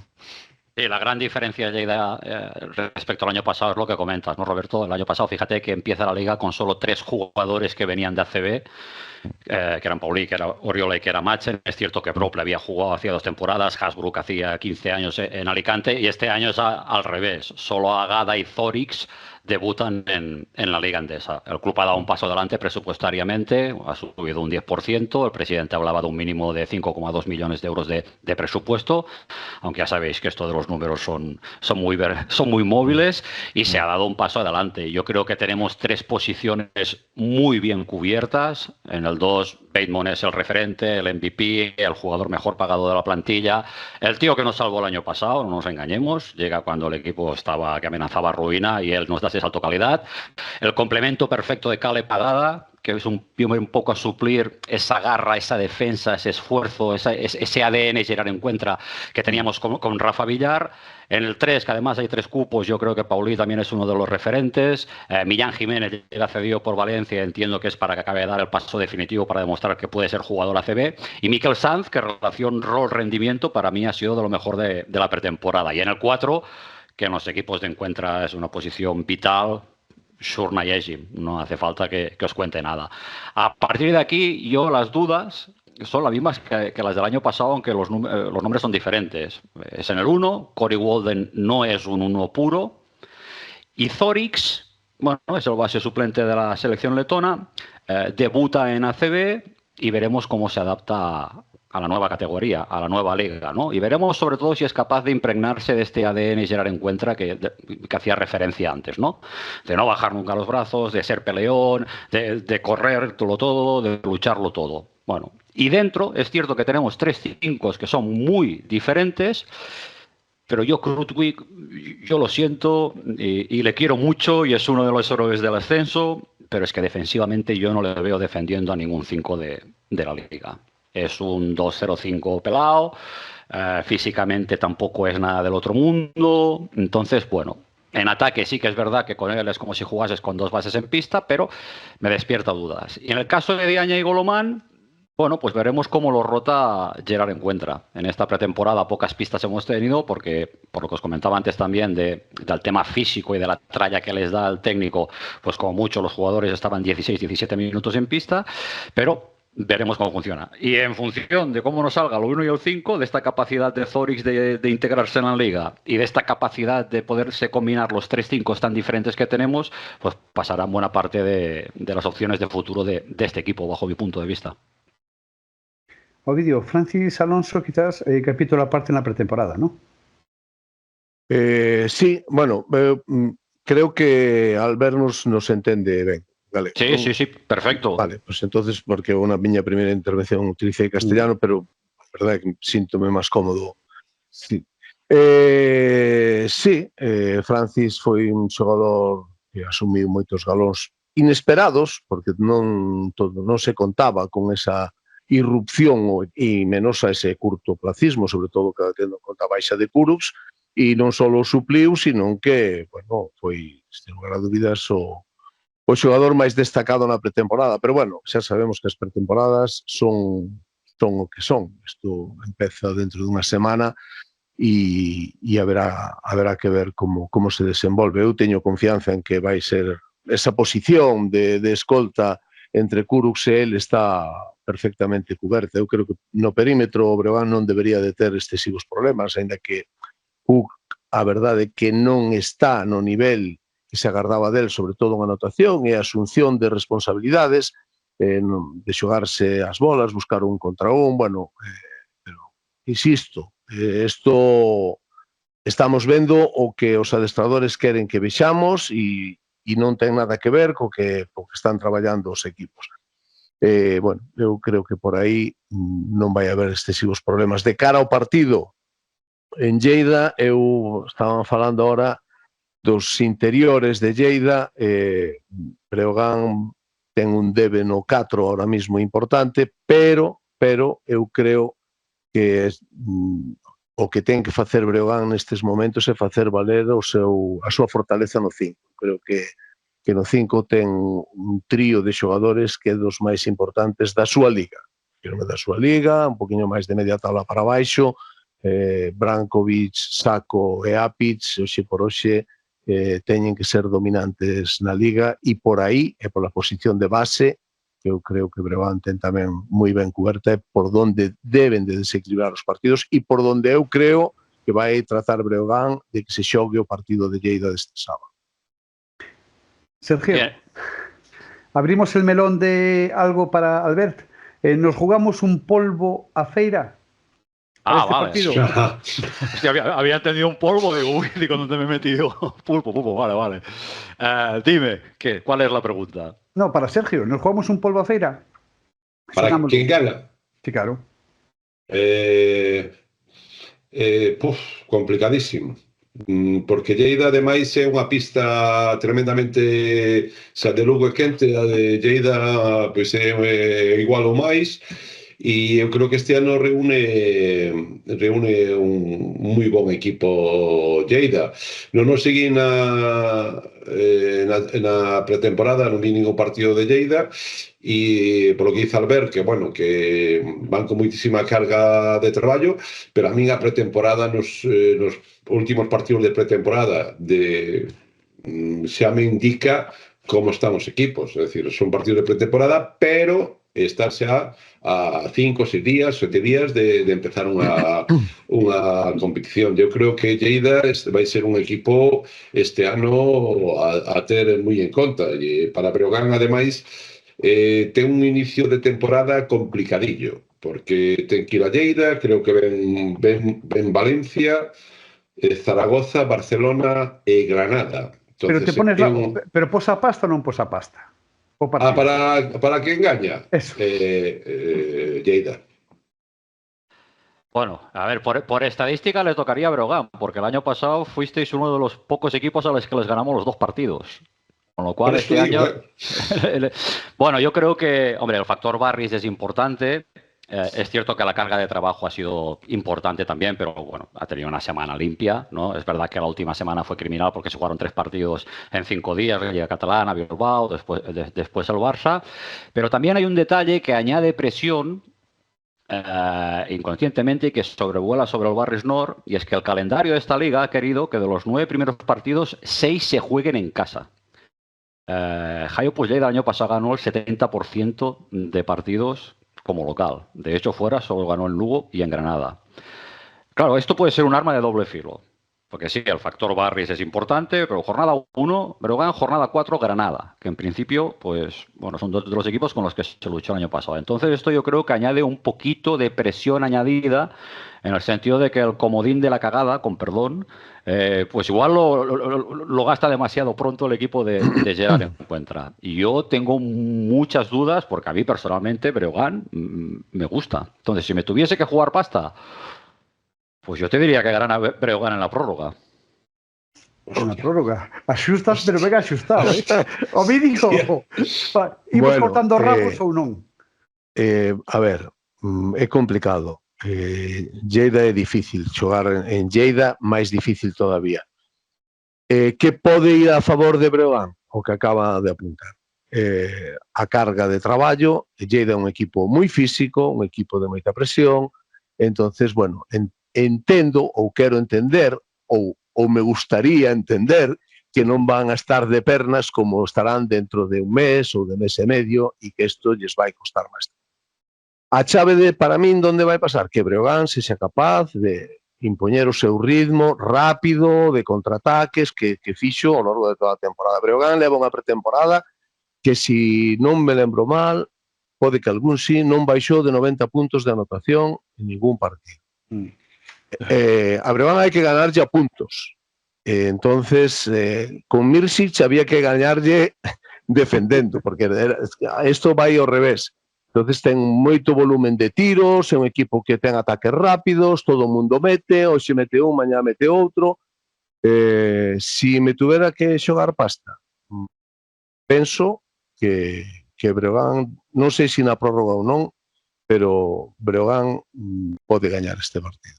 Mira, dices que casi todos los partidos habéis subido de 90, pues Jaio Lleida, a excepción de Girona y el viernes contra el Barça, pero bueno, era el torneo de presentación y el Barça vino como vino, en todos los partidos ha encajado más de 90. Yeah. O sea, eso tamén é unha pista, pode ser unha pista. É que xusto estaba a escoitar ao vídeo e deu unha chave para min, vaya, non? Eu creo que o control do ritmo, a ejecución na media pista, quen goberna esa media pista, tanto en defensa como atacando. Eu creo que o Brogan vai buscar velocidade, vai a buscar energía para castigar a transición, abrir o campo para os tiradores, e senón esa segunda opción para meter o balón dentro. Eu creo que o Lleida, que na súa casa é moi forte, vai a xogar con máis oficio e buscando os seus puntos onde ten que estar e buscando o seu rebote onde ten que estar. E logo estou de acordo con o noso compañero catalán que para min as primeiras 4 ou 5 xornadas son moi difíciles de poder analizar porque estamos en mans de que estamos arrincando e de repente estás con 5 xornadas e de repente perdiches 3 encontros e empezan os problemas, non? Entón, en realidade, hai que darlle aire á competición e darlle aire aos partidos e ver que pasa. Pero do Parnés... Eu, se me permitides, eu en contra, por levarlle a contraria a Sergio unha vez máis sobre o calendario do Breogán, eu prefiro, bueno, levamos así 35 anos, non vamos agora a cambiar con isto. Eu prefiro enfrentarme aos equipos os transatlánticos a estas alturas. A min dame un Barcelona en inicio de temporada, dame un Valencia en inicio de temporada, dame... Y además, bueno, Valencia ahora mismo es un sacamuelas, aí casi mellor a ninguna hora. Pero vamos, quero dicir, contra eles hai que xogar, entonces casi prefiro xogar a estas alturas e cando está arrancando además a Euroliga que non máis para adiante. Pero bueno, centrándonos... Eu aí estou de acordo, porque eu estou dicindo que é complicado porque pode ser un inicio para Breogán, un inicio de temporada que pode ser fantástico e empezar con unha tranquilidade enorme porque vai ter enfrente a Lleida, a Zaragoza e a Granada. Vamos a situar. O Barça en Lugo creo que é un equipo gañable, tal como está o Barcelona ahora. A Valencia creo que sería un milagro. Pero a Barça en Lugo, ademais os que somos anti-barcelonistas, pois aí vou ir co Breogán, evidentemente. E entonces a Valencia, mi madre. É dicir, é un inicio, o que decía Albert, tanto para un equipo como outro, Lleida, porque vai xogar moitos partidos na casa, e Breogán ten posibles 3 rivais da súa liga, que son Covirán, Lleida e o propio Breogán. É dicir, por iso faleu dese inicio de temporada que para o Breogán, hombre, si imagínate, gañan Lleida e sería xa un primeiro paso, non? Pero se pode atopar con esa situación de 5 partidos, pois unha situación na clasificación pois complicada, non? É difícil ao principio de temporada. O de antes era unha coña. O problema é que eu creo que foi un ruso noutra encarnación, porque son digamos, pesimistas. Son pesimistas por natureza. Eu empezo a ver os equipos todos, e todos parénceme equipos moi potentes. A ACB é moi potente, eu non vexo gañable. Este ano subiu un... Sí, eu non vexo gañable ningún, hai que gañalos na pista. No, es que este año, todos los que el año pasado sufrimos, la sensación es que nosotros, Girona, Bilbao, Granada, mejores equipos. Como se salvó, ostras, la sensación es que han dado todos un paso adelante, ¿no? Yeah. Con lo cual dices, tú has mejorado, que es lo que nos pasa en Lleida. Sí, Shurna, Eshim, Diagne, sigue Bateman, sigue Paulí, vale, sí, perfecto. Pero claro, miras al resto y dices, carayu, es que también han mejorado. Sí. Eu tiña unha curiosidade por saber si en Lleida hai certo temor a que hai, este ano ficháronse xogadores con experiencia en ACB, pero tamén xogadores veteranos, e si os ven no ritmo que encuentra quere marcar nos seus equipos, de presión, de apretar, de correr, de subir, si non crea un certo temor que estos xogadores se abran de patas, por decirlo. A ver, aquí la duda básicamente es John Shurna, por edad y por físico también. El otro mayor, por decirlo de alguna manera, que es Melvin Ejim, bueno, es un tío que por físico, de hecho, está siendo uno de los mejores de la pretemporada, o ha sido uno de los mejores de la pretemporada, aún con la tralla que le está haciendo. John Surna, cuando os decía antes que hay jugadores que los ves el primer día, los ves hoy y parecen personas diferentes, pues en la foto de al lado de esta apreciación saldría John Surna. El hombre se le va, que va con el agua al cuello, va muy justito, no tiene edad ni físico para estas pretemporadas. Pero también entiendo que un partido por semana, y en cuanto su metabolismo vuelva más o menos a reencontrarse, es un tipo al que, bueno, pues puntualmente, e insisto, con la forma de jugar de Gerard, que le gustan mucho los cuatros abiertos y con capacidad de tiro, puede acabar siendo importante. Pero también creo que Surna, hasta noviembre, no veremos la mejor versión o una versión que se acerque a John Surna. No, ahora cuando el sábado igual mete 20, ¿no? Pero ahora mismo es el que está sufriendo más. Es el que está sufriendo más. Es el que físicamente ves que no llega, que dices, uff. Pero no te fíes de ese sufrimiento que puede ser de pretemporada. Él seguramente está programado, se conocerá su físico, que es muy veterano, Surna, y ya puede venir en encuentro Pepito Pérez con el tal. Él sabe perfectamente su ritmo, lo que le va a aguantar su cuerpo, y él está entrenando, por mucha caña que le meta al entrenador, que yo este entrenador no conozco. Y bueno, y un jugador veterano como Surna, que ha tenido 1000 batallas, sabe perfectamente cómo es su cuerpo, sabe perfectamente dosificarse, y ya puede el entrenador tocar campanas, que él va así. Él sabe cuando tiene que apretar, no apretar, para llegar a la competición en perfecto estado de forma. Eso pasa con todos os veteranos. Estamos no momento da previa, non? Eu teño un amigo economista, entón eu sempre quero que haxa o partido, porque eu lle dicía a este amigo meu, cando viches a crise, por que non me avisaches antes? Entón, este rapaz economista dixo, eu somente conto canto pasa. Pois vamos a esperar que pase este encontro e analizaremos o que ocorre. No, a mí Surna no me genera ningún tipo de dudas, pero sí es cierto, bueno, pues que en esta pretemporada, y solo tienes que ver su carta de tiro, o sea, un tío que históricamente ha estado por encima del 35% en triples, pues está en un 18% esta pretemporada.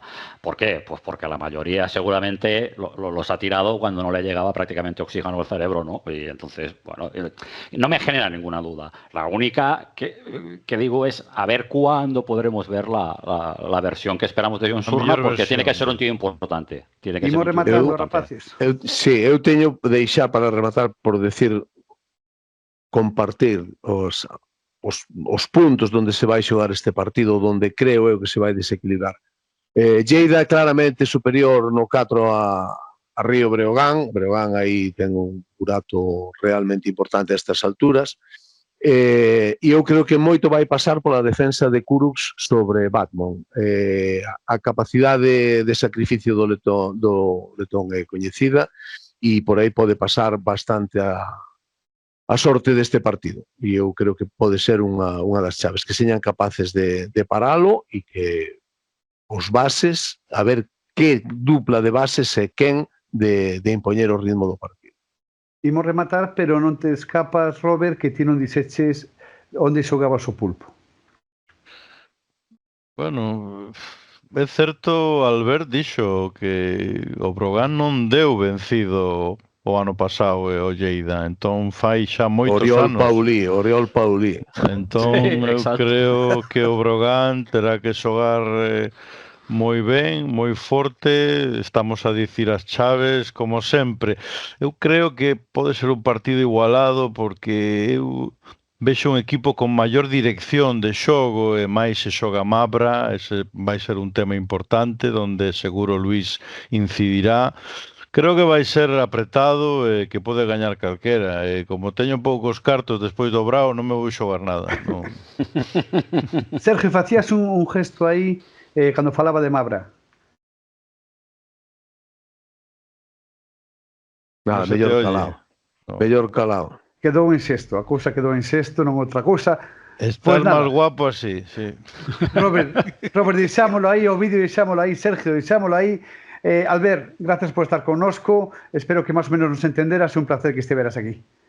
Igualmente, un abrazo, cando queráis. Unha partiña mestres. Venga, guapaites.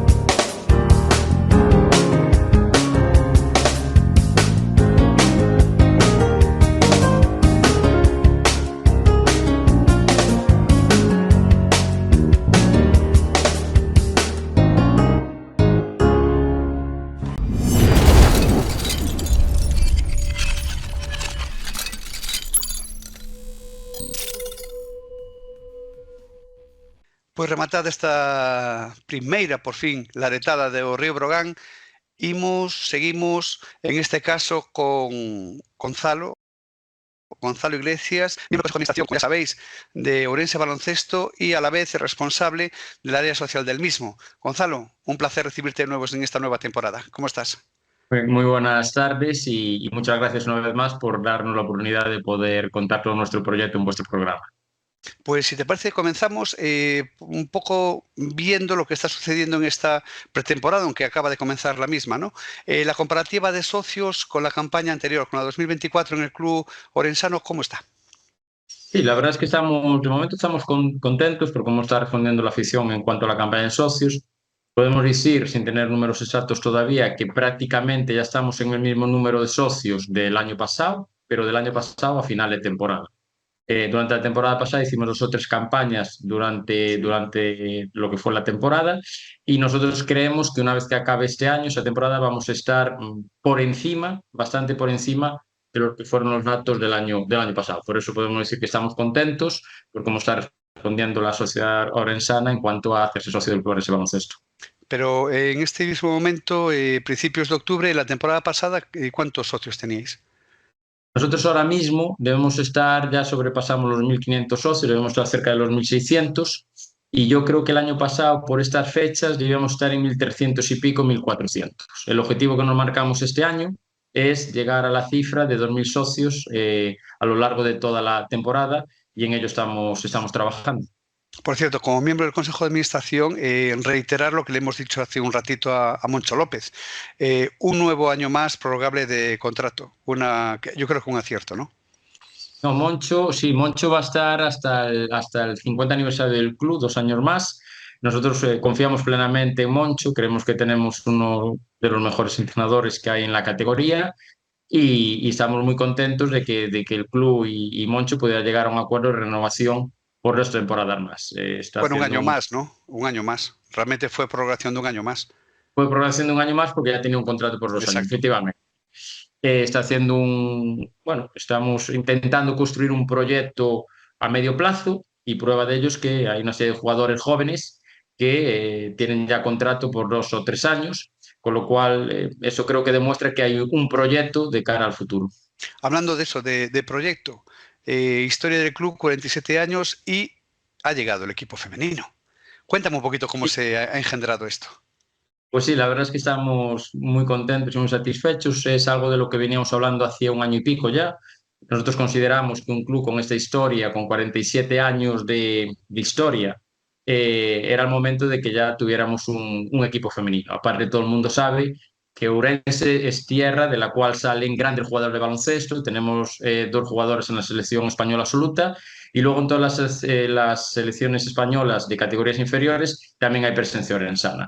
Entonces, bueno, pues planteamos esto, llevamos 1 año trabajando y por fin este año se materializa que después de 47 años de historia del club vamos a tener por primera vez un equipo femenino. Te puedo decir que la respuesta en la ciudad fue espectacular. Se generó muchísima expectación respecto a este equipo. Ya jugaron algún amistoso y la verdad es que había bastante gente en las gradas y las chicas están encantadas de poder formar parte del Club Orense Baloncesto. De hecho, acabo de llegar ahora de visitar un colegio y ya vinieron 2 jugadores del primer equipo masculino y 2 chicas del equipo femenino a realizar esa visita. Aquel pabellón de Orense, aquellas carmelitas, dan paso a este equipo entonces, ¿no?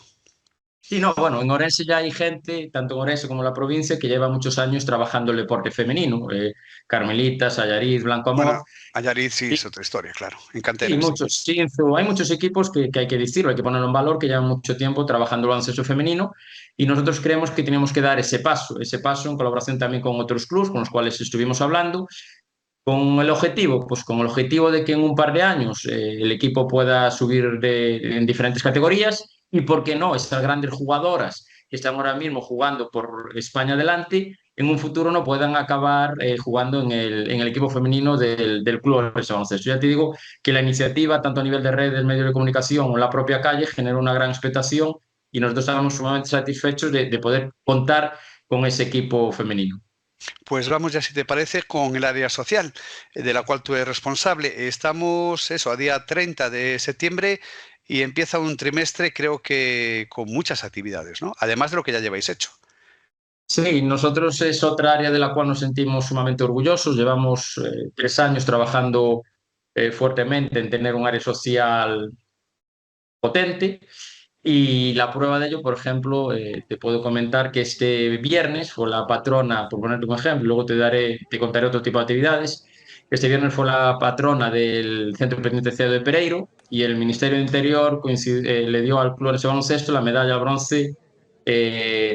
bronce al mérito social penitenciario. Es una distinción que dan importante, que dan todos los años una entidad, y este año se la dieron al Club Orense de Baloncesto. El motivo, porque pues llevamos un año yendo todos los miércoles al Pereiro a dar clase de baloncesto a los reclusos, con una respuesta espectacular por parte del centro y por parte de los propios reclusos. Aparte de eso, sí que te comento muy rápido, tenemos otra serie de iniciativas muy interesantes que ya durante este último año las estuvimos llevando a cabo y este año las vamos a implementar. Aparte de ir al centro penitenciario, todas las semanas vamos a ir a los 3 centros de menores que hay en Orense, Montealegre, Monteficio y Montalegre, y durante 1 hora, 1 hora y media le daremos clase de baloncesto a los chicos y chicas que están allí internos. Aparte de todo eso, los sábados llegamos a un acuerdo que anunciaremos, bueno, estoy haciendo un pequeño spoiler, pero ya lo voy a decir, llegamos a un acuerdo con la Universidad de Vigo, con el vicerrectorado de la Universidad de Vigo aquí en Orense, en los cuales nos va a ceder el pabellón para los sábados por la mañana tener 2 escuelas, una escuela para personas con diversidad funcional y otra escuela para inclusiva, que le llamamos nosotros, para familias que quieren que sus hijos con menos recursos puedan practicar baloncesto. Y una vez al mes vamos a crear lo que se llama la Liga Inclusión con la C y la L entre paréntesis de inclusión e ilusión, en la que todos los 4 equipos que tenemos de diversidad funcional van a disputar una liga una vez al mes.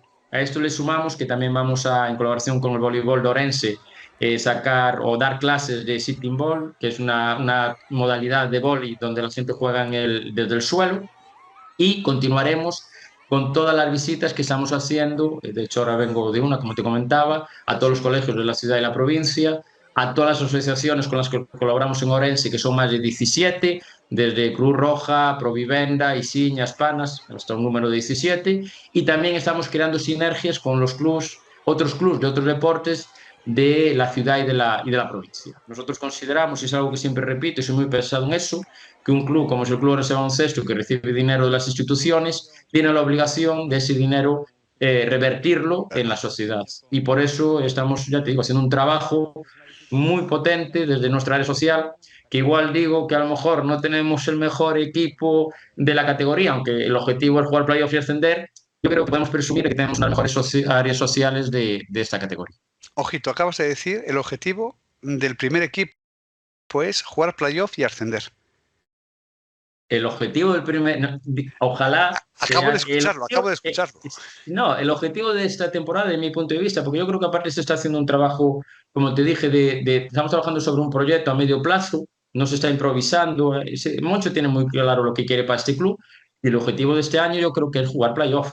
A partir de ahí, pues cada uno puede soñar lo que quiera, pero nosotros estamos trabajando para darle a la afición ese playoff que tanto anhela y tanto desea después de años sin jugar. Yo lo afirmo también con toda la ilusión del mundo. Además, Gonzalo, ya que te tengo delante, como miembro del Consejo de Administración, sí debo una pregunta. La liga recién comenzada, ¿cuál es la batería de equipos que crees tú que pueden optar al ascenso directo? Hombre, yo creo que hay un equipo que tiene a priori, que luego ya sabes lo que pasa, siempre hay equipos que a priori son los favoritos para ascender y otros no lo son y luego pasan, bueno, lo bonito es ¿no? Que no hay nada escrito de temporada. Yo creo que Estudiantes tiene una gran plantilla, yo creo que Coruña tiene una gran plantilla, Obradoiro tiene una gran plantilla, Palencia tiene una gran plantilla, pero ya te digo eso, perdona, sobre el papel. Después, pues oye, es lo bonito de este deporte, que siempre hay sorpresas, siempre hay un equipo que es equipo revelación y puede pasar cualquier cosa, pero yo creo que es una muy buena liga, con unos grandes equipos, y también hago un llamamiento aprovecho a todos los aficionados al baloncesto en Orense, muchos de ellos que a lo mejor hace años iban al Paco Paz cuando estábamos en ACB y ahora por motivos diferentes dejaron de ir, hago un llamamiento a que la gente se pase por las oficinas, se haga socio del equipo. Tenemos unos precios muy moderados, con diferentes opciones de pago.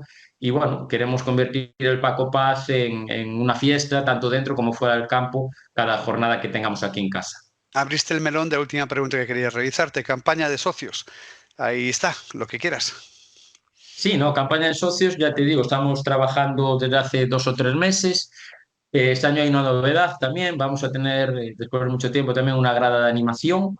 Una grada de animación que va a estar detrás de una de las canastas. Es una grada que se saca y vamos a colocar ahí a las peñas. Estamos en contacto con, ya te comenté, con la universidad y vamos a intentar que los universitarios tengan la posibilidad, por un precio muy moderado, de venir también al baloncesto y formar parte de esa gran animación. Estamos hablando con diferentes centros educativos de Orense, como puede ser Afarixa, para que también sus estudiantes les facilidades.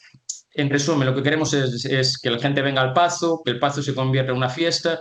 Y como bien dije antes, igual que hicimos durante el torneo que celebramos estos días en Orense con equipos ACB y con equipos Liga Endesa, nosotros no queremos que el día que juega el COP sean 90 minutos de baloncesto en el Paco Paz. Queremos que sea mucho más. Y queremos que sea lo que era hace muchos años, que las familias, los amigos se reunían antes del partido en el centro de Orense para tomar algo, lo iban todos caminando en autobús, estaban allí antes del partido, acababan el partido y se iban a cenar juntos. Queremos que se convierta en un día, una jornada deportiva, festiva, y estamos trabajando en esa línea con iniciativas que vamos a ir llevando a cabo a lo largo de la temporada. Ya para acabar, quería dejar una reflexión. Qué importante es el músculo social dentro de una sociedad deportiva, de un estamento y, en este caso, de un club de baloncesto. Me parece fundamental para poder realizar cosas, ¿no? Nosotros lo tuvimos claro del primer minuto que entramos en este Consejo de Administración. También quiero resaltar aquí el apoyo que en todo momento tuvimos de la Diputación a la hora de apoyar estos proyectos del área social. Nosotros creemos, insisto una vez más, que tenemos la obligación de ser un poco el altavoz de la sociedad en muchas cosas, ¿no? Y tenemos la obligación de ese dinero que las instituciones depositan en el club revierta en la sociedad, pero tanto en actividades como otro tipo de iniciativas que tuvimos, como el año pasado, que tuvimos una campaña muy potente contra el racismo, que la estuvimos hablando aquí, generó mucha controversia, pero al final todo el mundo se vio cuál era el objetivo de esa campaña, o incluso el otro día que el Club de Baloncesto pues pidió que terminaran esos asesinatos injustificables de niños en Palestina. Pues bueno, yo creo que como club también tenemos la obligación moral de defender ciertos aspectos de la sociedad, y también lo hicimos, por ejemplo, cuando fue el tema de la guerra de Ucrania, por medio de asociaciones que hay en Orense, invitando a ucranianos refugiados que estaban aquí a venir al baloncesto y colaborando con ellos en diferentes cosas. En resumen, tenemos que hacer ese trabajo porque es una obligación. Aparte que creemos en ello profundamente, nos sentimos obligados a hacerlo porque recibimos dinero de las instituciones públicas y tiene que revertir en la sociedad. Una temporada ilusionante en lo deportivo y también en el ámbito social en la ciudad de Las Burgas. Gonzalo Iglesias, muchísimas gracias como siempre y que sea un año lo mejor posible, que sea para no olvidar, pero por la parte positiva. Y muchísimas gracias a vosotros y felicitaros una vez más por el programa que hacéis, que al final es un lujo el poder escucharos todas las semanas. Nos vamos para Ribadeo, justamente con el Club Baloncesto Rías Ribadeo, en el bloque de formación con Darío Méndez. Gustasme moitísimo. E ti gustasme de aquí á lúa. Pois a min gustasme máis que o mexillón de Galicia, que ademais de ser cultivado nas nosas rías, aporta proteínas, potasio, vitamina B12 e omega 3. Cando se trata de escoller peixe e marisco saudable, frescos e de sabor auténtico, Galicia sabe. Galicia sabe a amar.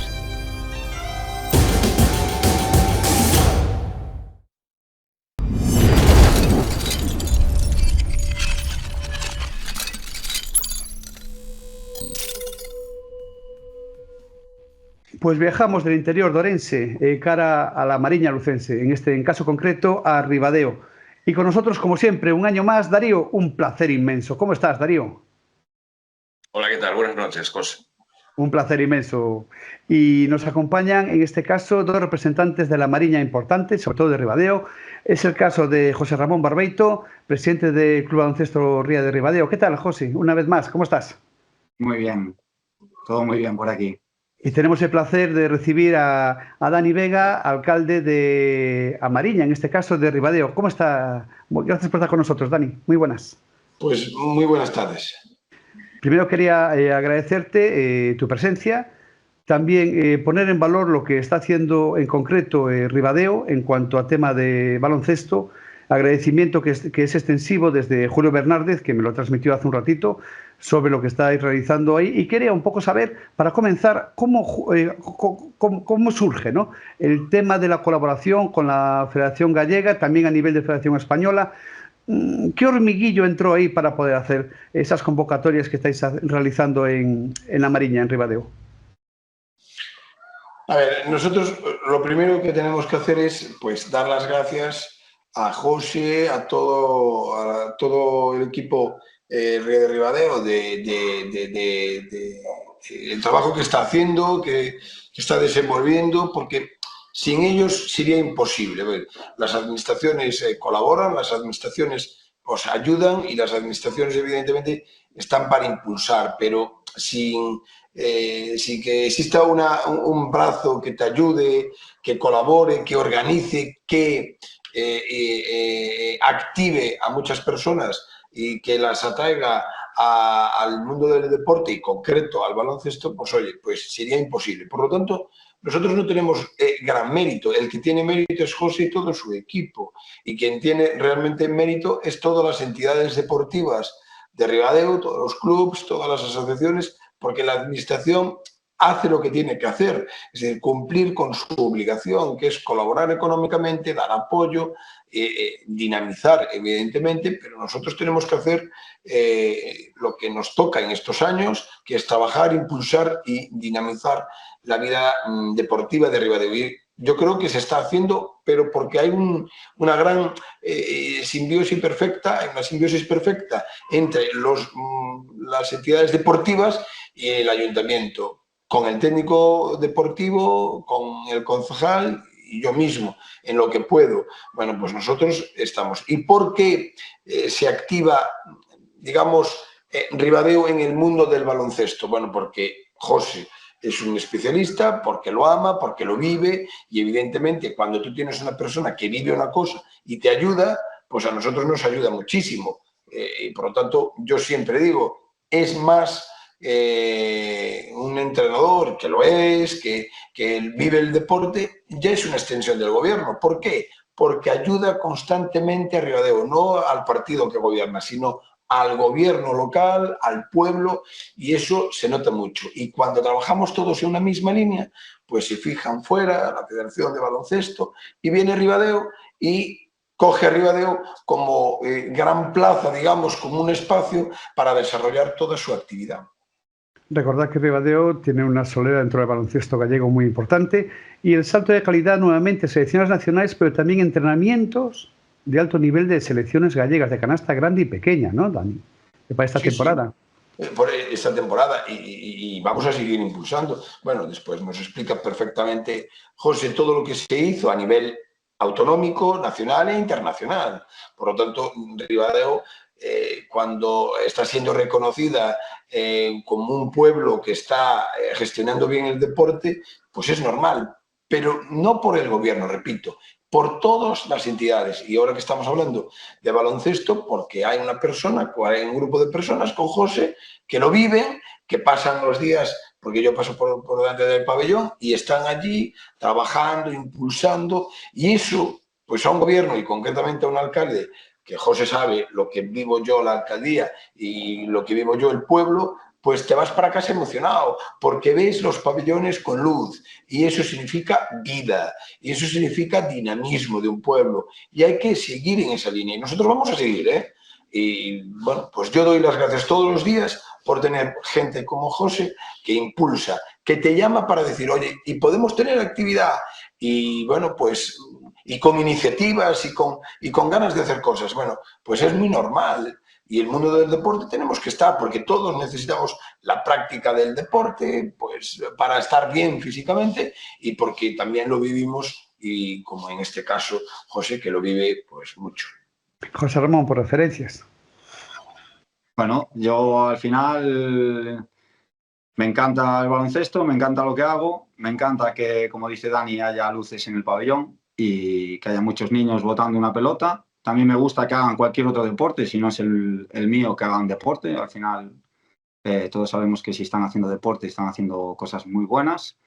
Y pues claro, igual que él me agradece a mí las cosas, pues yo tengo que agradecer a todo el Concello de Ribadeo, a Dani, a Silvén, a Iván, a toda la parte del deporte, pues siempre que voy con cualquier inquietud, pues siempre la reciben muy bien, la estudian, me la apoyan y así es como saben las cosas. Si no hubiera apoyo por parte de ellos y que nos pusieran las cosas tan fáciles y que ahora se puedan hacer cosas en Ribadeo, pues es gracias a ellos.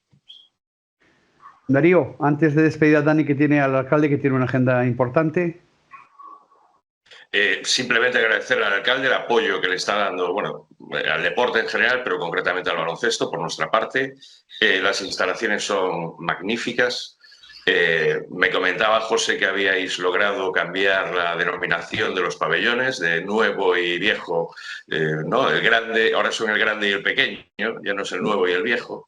Las instalaciones son espectaculares, tenemos todo a mano, incluida la máquina de café para los entrenadores, hielo, la luz, todo, incluso las llaves en ocasiones. Entonces, agradecerle por nuestra parte el esfuerzo que están haciendo para dinamizar la zona deportivamente y concretamente con el baloncesto. Dani, ¿alguna cosilla que añadir? Ya te vamos a dejar.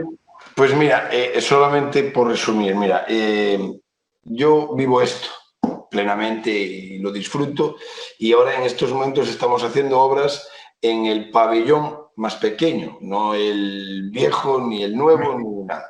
Y vamos a trabajar por poner nombres también a las instalaciones, porque esto de poner el pabellón nuevo, el viejo, eso queda tampoco, no queda muy bien. Hay que ponerle nombre a las cosas. Bueno, pero poco a poco, que llevamos 2 años y tampoco no vamos ahora a hacer todo de nuevo. Pero el pabellón, que sabe José, que llovía más dentro que fuera, eso ya en sí es un titular. Un pabellón llueve más dentro que fuera. Bueno, pues ahora ya lo estamos rehabilitando por completo, más de cerca de 200.000 euros que estamos invirtiendo para mejorar las instalaciones. Y vamos a mejorar también las instalaciones donde estáis, porque vamos a conseguir ponerles unos stores, porque si no, con esos ventanales tan grandes que tiene, entra el sol directamente y nos fastidia la tabla toda. También estamos trabajando en eso y ya hacer una conservación, porque este pabellón, el segundo, se inauguró sobre el 2014. Bueno, pues ahora lo que vamos a hacer es rehabilitar. Y ya sé que puede sonar esto, ya está el alcalde explicando toda la inversión, la propaganda. No es propaganda. Es que si no se cuenta, no se sabe. Y por lo tanto, las cosas hay que contarlas, no hacer demagogia y no inventar, pero de la realidad hay que contarla. Y José sabe perfectamente cómo recibimos las instalaciones deportivas, en un deterioro total, y ahora vamos a ir poco a poco poniendo pues todo en regla y sé perfectamente que las instalaciones del pabellón que está los dos están en la avenida de Luarca, pero hay uno que limita con el colegio, donde lo estáis utilizando, va a estar mejor, porque vamos a hacer cosas, hay que mejorarle el entorno, bueno, poco a poco. Y todo lo que necesitéis, aquí nos vais a tener. Todo. No somos ricos, por lo tanto, dinero es bueno no pedir mucho, pero lo que sí que es importante, y a veces es muy más importante, pedir ayuda, pedir colaboración, que pedir simplemente dinero. Que pedir dinero, oiga, lo pedimos y después entre todos se lo pedimos a la Xunta y esto es cómo funciona el tema. Y por suerte tenemos gran colaboración de la Xunta. Por lo tanto, entre todos, yo creo que estamos haciendo una bonita cosa, una cosa muy grande. Y lo decía José, qué bonito es ver los pabellones con luz, y eso es que hay actividad, y eso es que la juventud está practicando deporte, que está entretenida, que está haciendo equipo, que está adquiriendo valores. Todo es bueno, todo es positivo, por lo tanto sigamos. A mí me tenéis todo, para lo que queráis, a Fran, a Silvén, el concejal de deporte para todo, a Iván también, y nos cuesta, pero mira, hay que esforzarse y meterse en estas cosas es cosa de valientes, porque lo fácil lo hace cualquiera. Así que lo difícil lo hace gente como José, y lo difícil lo hace gente que está con José y yo admiro hace mucho tiempo. Alcalde, muchas gracias por estar con nosotros y que siga este compromiso durante muchos años, porque lo celebraremos toda la gente del baloncesto gallego. Muchas gracias. Pues de corazón, muchas gracias. Pues con estas imágenes que tenemos de fondo continuamos, imágenes de los distintos clubes, pabellones del Club Baloncesto Ría de Ribadeo. Tenemos varios temas más que tocar, Darío, pero ya de un modo más técnico, ¿no? Tema vinculaciones, si te parece, es un tema muy importante, creo, que podíamos tocar en el día de hoy, como anteriormente comentaste. Bueno, hablábamos no hace mucho del tema de Amariña Lucense, de zonas que a lo mejor, pues, por la distribución geográfica, pues tienen algunos problemas en ocasiones para completar equipos, etcétera, etcétera, ¿no? Entonces, este año vuelve a haber vinculaciones, que era una figura por la cual unos jugadores o jugadoras podían jugar en otros clubes. Y yo, pues concretamente en la zona de Viveiro, de Foz, de Ribadeo, quería preguntarle a José si se han notado el impacto, si agradecen el hecho de que haya vinculaciones pues en una zona como Amariña Lucense. Pues sí, la verdad estamos muy contentos de que se vuelva a las vinculaciones, siempre y cuando, pues, como se dice siempre, se utilicen bien. Pero nosotros la discriminación geográfica que tenemos, pues no somos ciudades grandes, no tienes opciones de tener muchos niños o de que esos niños que tú tienes jueguen en equipos que le den el salto de calidad que merecen, pues que se puedan vincular sin tener que dejar su propio equipo, su gente, su pueblo y se puedan ir a jugar a otros equipos para ese nivel, pues nos viene fantástico de que haya vinculaciones. Ok. Y otra cosa que te quería preguntar, así mucho más concreto, en lo que se refiere a la relación al acuerdo que tenéis que el Concello de Ribadeo con la Federación Gallega de Baloncesto, ¿cómo surgió esto? Por curiosidad ya, básicamente. ¿Cómo surgió? ¿En qué momento se pusieron de acuerdo y empezaron a hablar entre ellos? Bueno, sobre todo el tema con la Federación Gallega, nos propusieron hacer el torneo de veteranas, Nortea, que es con equipos asturianos y equipos de Galicia y tal, y como estábamos ahí en el medio un poquito, pues nos dijeron de hacer el torneo y vieron las instalaciones. Vino al ver las instalaciones y les enseñé pues dónde tenemos las literas, las posibilidades que podíamos tener, pues le vieron un poquito de que podía encajar con las necesidades de las selecciones gallegas para poder pues dormir, prácticamente te levantas y estás tirando a canasta. Entonces tienes los comedores cerca, el instituto, el otro pabellón y entonces vinieron a ver las instalaciones, vinisteis a ver las instalaciones y se encajó perfectamente y nosotros pues encantados de recibiros. Y la has puesto cafetera, claro. Por supuesto. Eso ya fue una cosa que bueno, surge de, como dijo el alcalde de mi grupo de trabajo, en el que está mi mujer y dijo, selección española este verano les ponemos cafetera, selecciones gallegas en estas concentraciones les ponemos cafetera y es una parte más de intentar cuidar a la gente que viene a nuestra casa. Darío, vamos con la última que te hemos hecho encima. No, básicamente, nada, felicitar y agradecer a José el esfuerzo que están haciendo desde el club por todas las condiciones de trabajo que tenemos allí. Lo que comentabas de las habitaciones, pues prácticamente estamos encima del campo y todo muy bien organizado, duchas, balones, tenemos material a mano a 10 metros, tenemos tenemos hielo, tenemos la cafetera de los entrenadores, que lo agradecieron mucho, y entrenadoras, y todo prácticamente en 100 metros cuadrados, ¿no? Hay 2 pabellones perfectamente equipados, el comedor, las habitaciones, todo prácticamente en el mismo sitio, y eso es una locura. Y bueno, pues estamos muy agradecidos por el esfuerzo, José. Ya veo que el alcalde te tiene también en buena estima y nada, simplemente agradecerte todo el esfuerzo que hacéis para que esto vaya adelante. Nada, también agradeceros a vosotros que nos dierais la oportunidad de eso, de dejaros nuestra casa, que ya sabes que lo primero que puedo hacer es dejarte las llaves. Y nada, como decía el alcalde, al final se está rehabilitando el otro pabellón. Cuando estén los dos pabellones en pleno funcionamiento, pues la verdad es un lujo de instalaciones. Y nada, agradeceros que nos dierais la oportunidad de que pudierais venir. Encantados. Como hacemos con todos los clubes, os seguiremos de cerca, en vuestro caso muy de cerca, porque hay una progresión tremenda en cuanto al Club Baloncesto Ría de Ribadeo, en hermanamiento con la Mariña, que no solamente Ribadeo, sino la Mariña, un hermanamiento muy grande. Va a haber un salto de calidad en muy poquitos años que se va a notar en jugadoras, aunque ya para concluir, Darío, ya tenemos algún brote de jugadores y jugadoras, ¿no? Sin duda, sin duda. Bueno, comentábamos antes a micro cerrado con José, pues que en sitios discriminados geográficamente, como comentaba él, pues a lo mejor es más complicado tener una secuencia de generaciones muy iguales, ¿no? Entonces, en este caso, pues la generación del año pasado, de 2013, quedaron campeones gallegos en mini.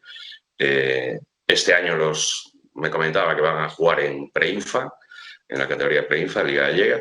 Y sí que, bueno, brotes, pues hay gente que ver y tenemos que seguir pendientes de ellos y de ellas. Y entonces, bueno, yo creo que el hecho de que selecciones españolas y selecciones gallegas puedan estar allí, tenemos cosas pensadas junto con Chete, el director de la Escuela Galega de Adestradores, para que, bueno, pues haya una ayuda en cuanto a entrenadores también y entrenadoras. Y bueno, y vamos, es un sitio que va a despegar, José, un placer, como siempre, mucha suerte a vuestra estructura organizativa, evolución y que esto siga en esa progresión tan grande. Y Darío, un placer como siempre y tenemos una temporada larga y muy ilusión, con muchísima ilusión. No lo dudes, aquí estaremos. Y continuando entre maestros, José, Darío, nos vamos hacia Ferrol con el maestro, con el coach Dino López y la Liga Femenina Endesa.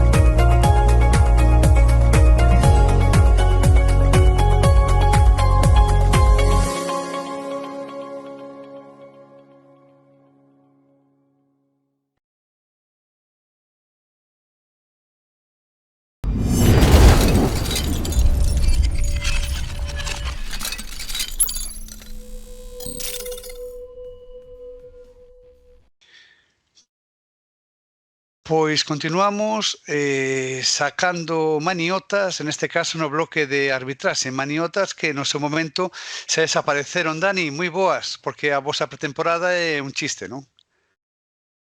Bueno, vamos tendo partidos de pretemporada, de diversas competicións e bueno, a pretemporada non só se refire aos partidos, sino a preparación tamén física e teórica para o que ven durante a temporada.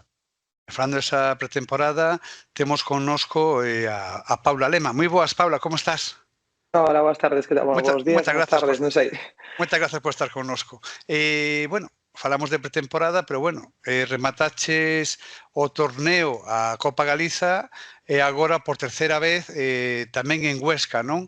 Despois de Bilbao 2020 e Tenerife 2021. Sí, a terceira vez que teño a designación da Supercopa e a verdad que é un placer e un orgullo, sobre todo, que sigan confiando en nós despois de tanto tempo. Lonxe queda o 2018, aquel triplete, digamos que simbólico, non? De mulleres na arbitraxe, Pilar Valero, Ana Jardús, moitas cousas. Pero queríamos tocar, se che parece, antes da actualidade pura, a importancia que tivo en ti Carlos Cortés e Fernando Buendía. A ver, eu cando empecé, sobre todo, con Fernando Buendía, porque foi quen me animou. Eu, bueno, fui xogadora, o coñecía por parte externa que en Coruña é pequeno, Bueno, animoume a que coñecera outra parte do baloncesto, porque tamén tiña o curso de entrenador, o típico que creo que facemos un pouco todos, e tirei por aí. Convenceume co tema das cenas de comité, dixen, aí vou.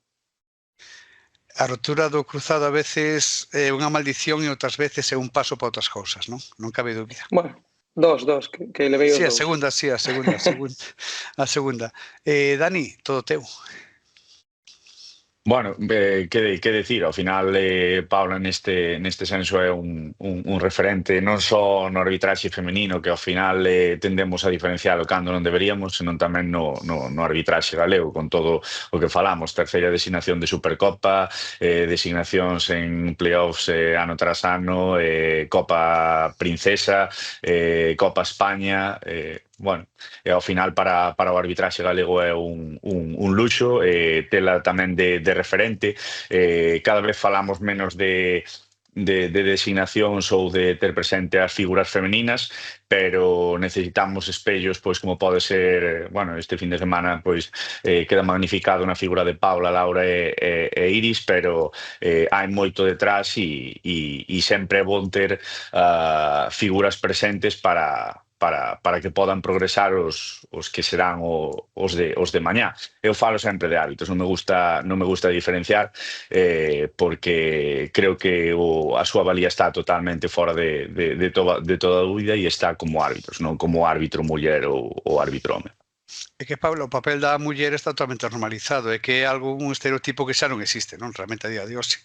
No mundo do deporte, o mundo da arbitraxe xa non existe, non? A ver, non existe, pero dadevos conta que reunión tras reunión seguimos falando un pouco desto como reivindicando. Entón, se fora algo normal, xa non teríamos estas conversacións. Por lo tanto, penso que queda aínda papel que facer para que non cheguemos a nombralo. Dani?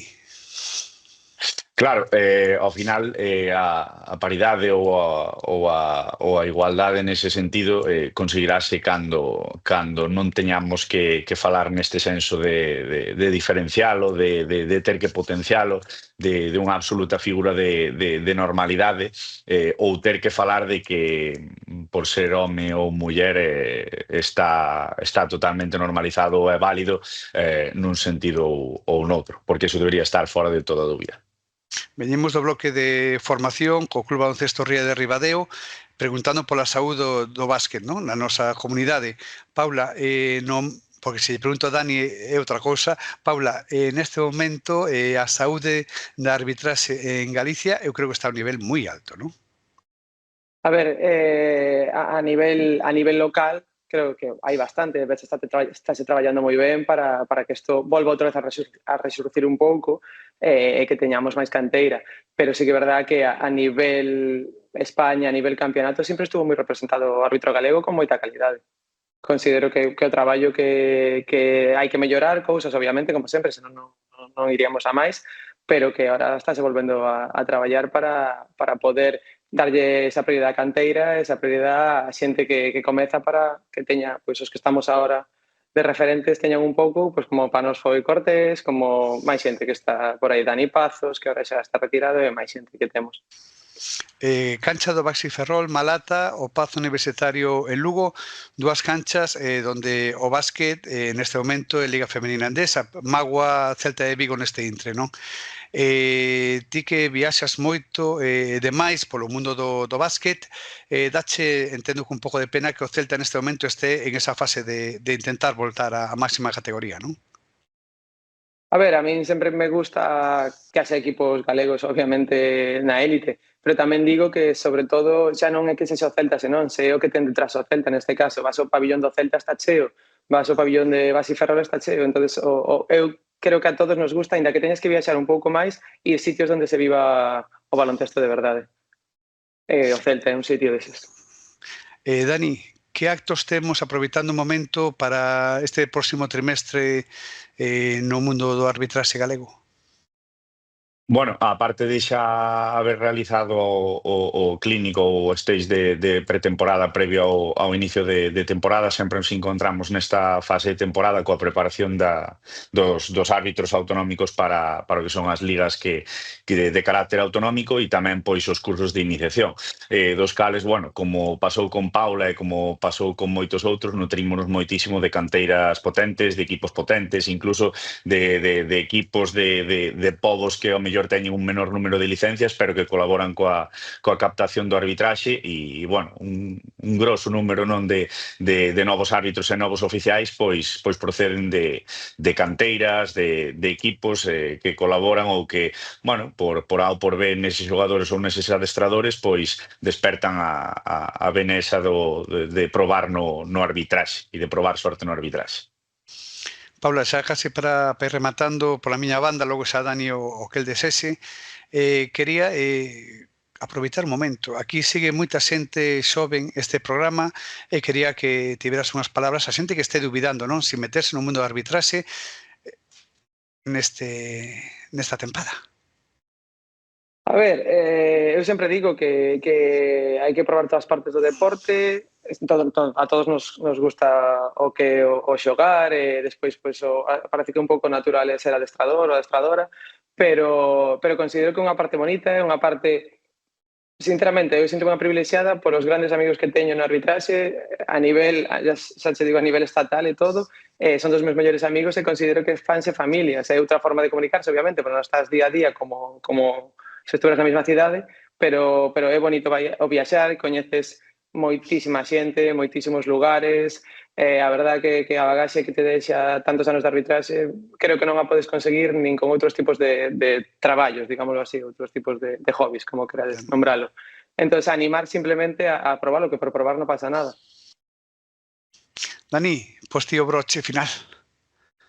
Pois nada, sobre todo desearlle, aínda que non a precisa, a maior das sortes na cita este vindeiro fin de semana a Paula, que para o arbitraxe galego e para a Federación é importante seguir mantendo, aínda que ela xa é unha habitual nestas citas, é super importante seguir mantendo o nivel e ese espello do que falamos para as novas xeracións de árbitros que, e bueno, fiscais tamén que entran e nada, seguimos traballando cara a formación con eses referentes e animar tamén a xente que os xogadores, adestradores ou a quen lle desperte esa vena por arbitrar ou probar na arbitraxe a animarse, porque ao final é o que di Paula, unha nova familia, outra forma de ver o básquet e bueno, a veces eu, por exemplo, nunca houbera tido a oportunidade de ir a algún campeonato de España, de vivir dentro do campeonato de España e facer equipo dende outra parte, con todo o que che dá o arbitraxe. Paula, moita saúde, moita sorte e que siga un ano como estos anteriores, na élite ao máximo nivel. Moita sortiña, gracias por estar connosco. Dani, unha pestaña como sempre, un bico. Chao, chao. Outra. Chao.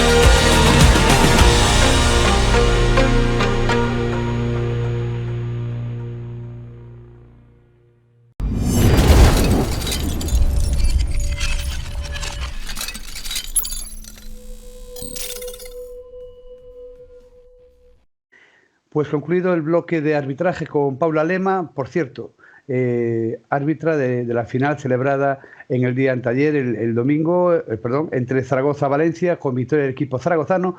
Recibimos, hola Marga, ¿qué tal? Muy buenas, ¿cómo estás? Bienvenida. Buenas, muy bien, aquí con mucha ilusión, arrancando y bueno, intentando dejar el pabellón alto.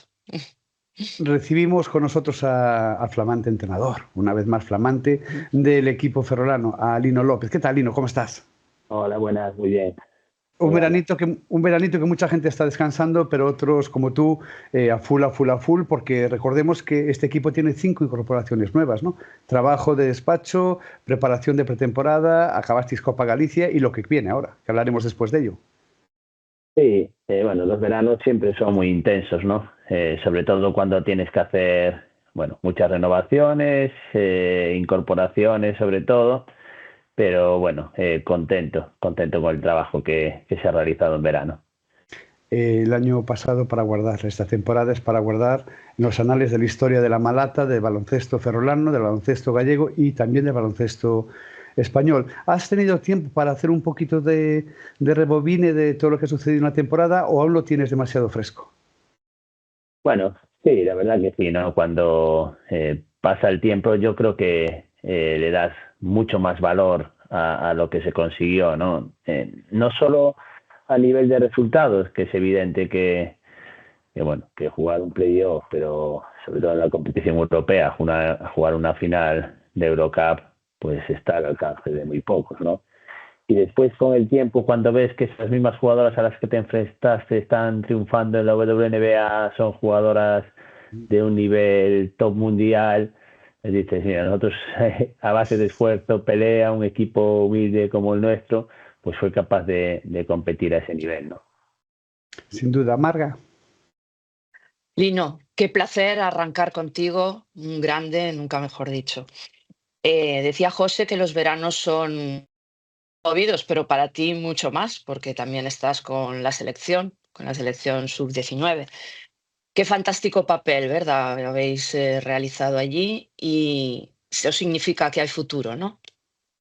Sí, en el baloncesto español yo creo que siempre hay que darle mucho valor, no solo lo que se consigue en verano con las selecciones, sino el trabajo de los clubs, ¿no? Porque te das cuenta que todas las selecciones femeninas han conseguido medallas, hemos sido top Europa de selecciones y el trabajo que se hace en el día a día es poco reconocido, ¿no? Lo digo siempre. Entrenadores que muchas veces dejan su dinero en ir a entrenar, jugar los fines de semana y el esfuerzo que requiere eso y el resultado que dan, ¿no? Porque vemos que están cada año saliendo jugadoras, lo veíamos este año en la absoluta con una plantilla, una selección prácticamente nueva, ser capaz de jugar otra final de Europa con jugadoras jóvenes con una proyección y un presente y un futuro increíble, pues eso habla muy bien de todos los estamentos, ¿no? De los clubs que trabajan a las niñas en cantera, de la federación. Bueno, la verdad que es un orgullo. Hay un trabajo detrás muy importante, es cierto. Es un reconocimiento muy bonito para la formación que a veces está un poco olvidada, ¿verdad? Metámonos en la arena. ¿Qué significó para ti y para el equipo la marcha de Ángela Matáis? Bueno, yo siempre lo digo, ¿no? Ángela Matáis ya no es solo a nivel deportivo, ¿no? Sino como persona. Ella era la capitana del equipo, pero era un ejemplo en todos los sentidos, ¿no? En el trabajo del día a día, cómo era capaz de contagiar con su entrega en cada partido y después que siempre hacía lo que el equipo necesitaba.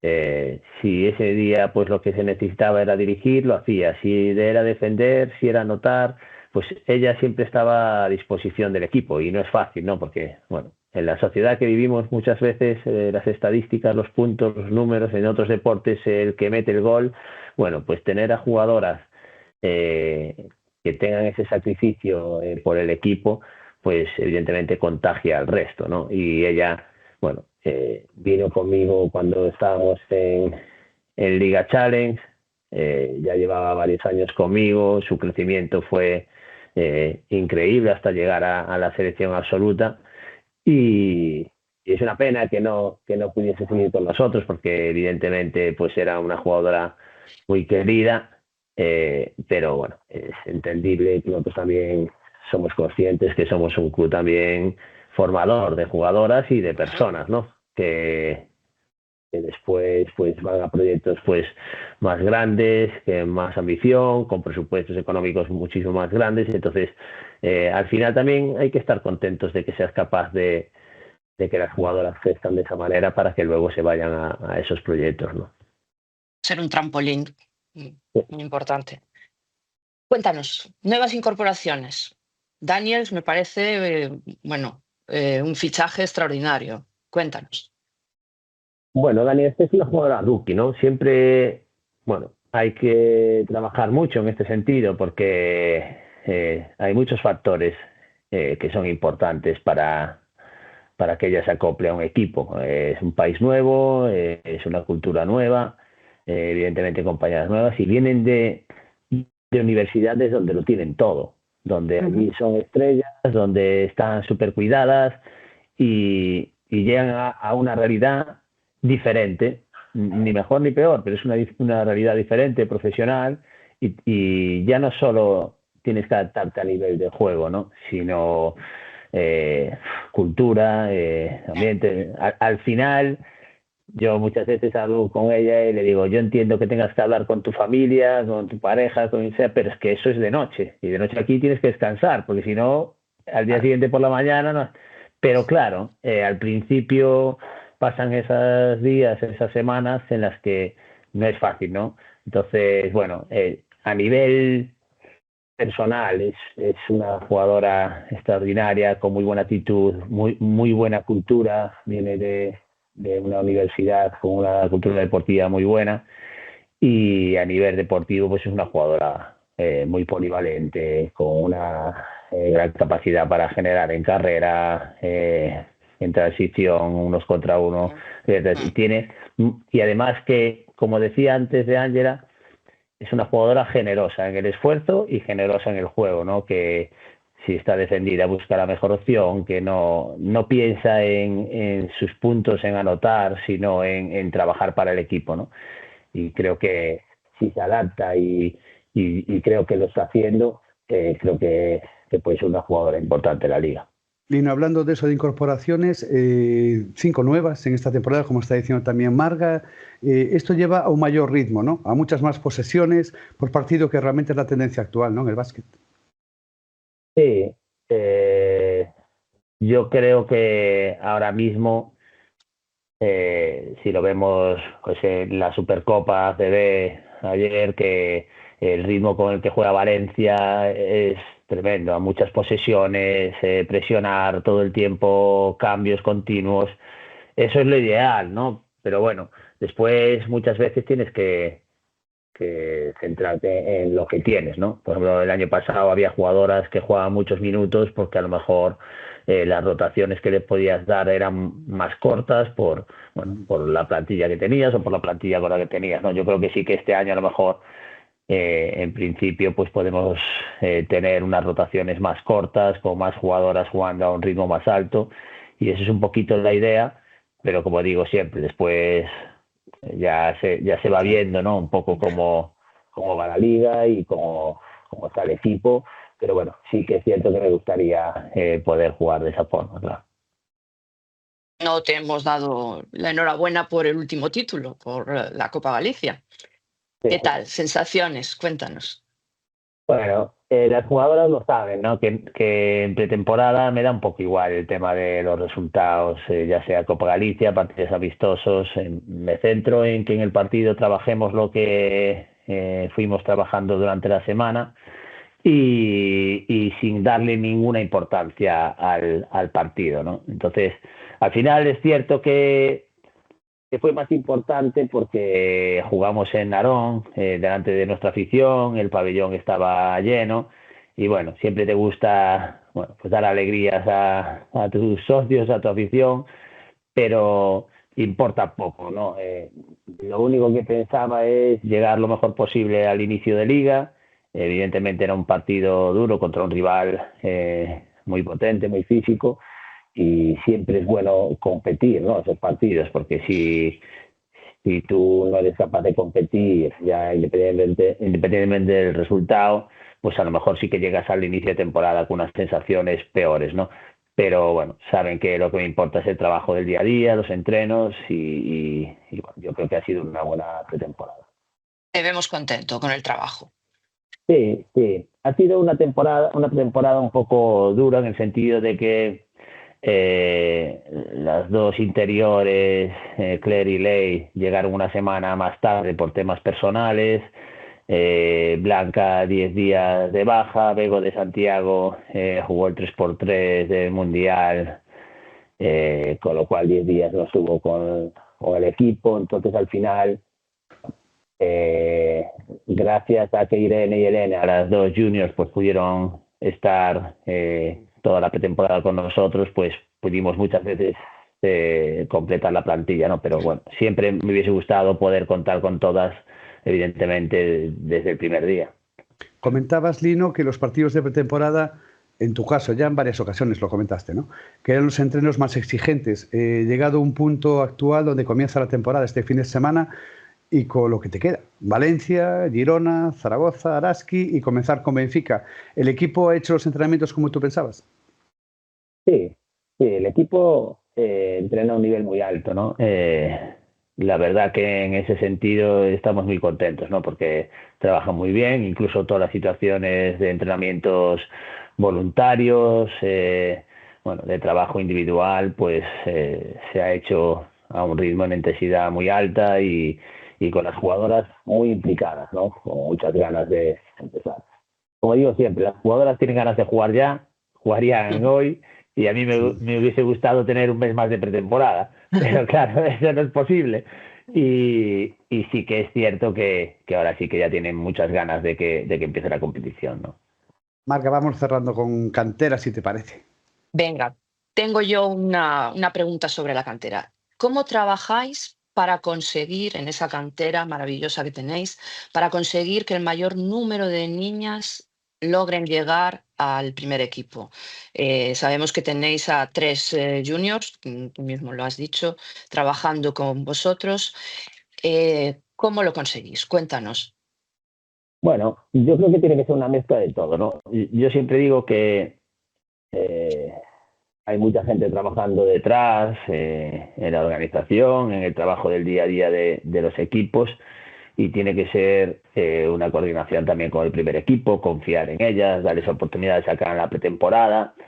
Evidentemente el salto es muy alto, ¿no? Ahora mismo llegar una jugadora de la casa a ser una jugadora importante de Liga Femenina no es fácil. Lo que sí que es más fácil es que a base de trabajo, de querer ayudar, que puedas estar ayudando en el día a día, ¿no? Después que tengas opciones de jugar, los minutos y todo eso, pues bueno, se iría viendo, pero sí que es cierto que ahora mismo el volumen de niñas y niños en el club es muy alto, hay muchísimos equipos. Yo creo que es evidente que tener un primer equipo con lo que ha generado, pues es un espejo para que más niñas se apunten y que más niñas quieran jugar a baloncesto. Y al final, pues si tienes más volumen, pues es más fácil que siempre alguna niña pues pueda destacar o que se pueda trabajar con vistas a un futuro, ¿no? A que puede ser el primer equipo. Pero yo también lo digo muchas veces en alguna charla, ¿no? Al final, tener tantas niñas y que estén jugando al baloncesto, que entrenen 3 días a la semana, pues igual no llega a ninguna al primer equipo, pero a lo mejor una, pues después es entrenadora, otra igual es delegada, otra igual es árbitro, otra pues igual es directiva y echa una mano en el club. Bueno, al final esa masa social que vas generando, pues lo que hace es que un club se haga grande, ¿no? No siempre es llegar al primer equipo, porque eso no es fácil, ¿no? Si tú miras todas las plantillas de Liga Femenina 1, muy pocos equipos tienen jugadoras de su cantera, ¿no? Sabemos la dificultad que tiene, ¿no? Pero bueno, eso sí que yo creo que el club ha crecido mucho. Pues Lino, queremos agradecerte tu presencia, suerte al Ensino en esta próxima semana contra Zaragoza domingo a las 11 y en el caso vuestro ante Valencia, menuda primera jornada. Un análisis muy rápido antes de marcharnos. Bueno, pues Valencia es el actual campeón de todo, ¿no? De Liga, de Copa, siempre es el claro favorito para ganarlo todo. Y nosotros esperamos, como decía antes, competir y que se vea un buen espectáculo en Ferrol, ¿no?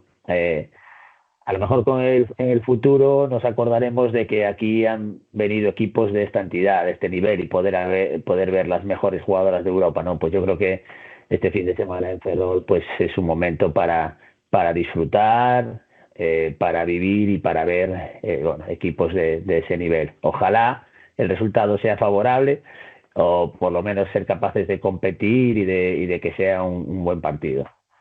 Felices por la victoria de Celta, comenzamos el camino de vuelta, si Dios quiere. Mucha suerte a Durán Máquina de Ingenio, mucha suerte a Baxi Ferrol, y aquí estaremos semana a semana informando sobre ello.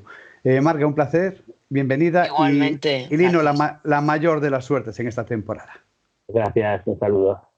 Pues con esto concluimos esta primera edición de Onoso Básquet de esta temporada 25-26 con este broche, con Lino López. Buenas noches y nos vemos la semana que viene.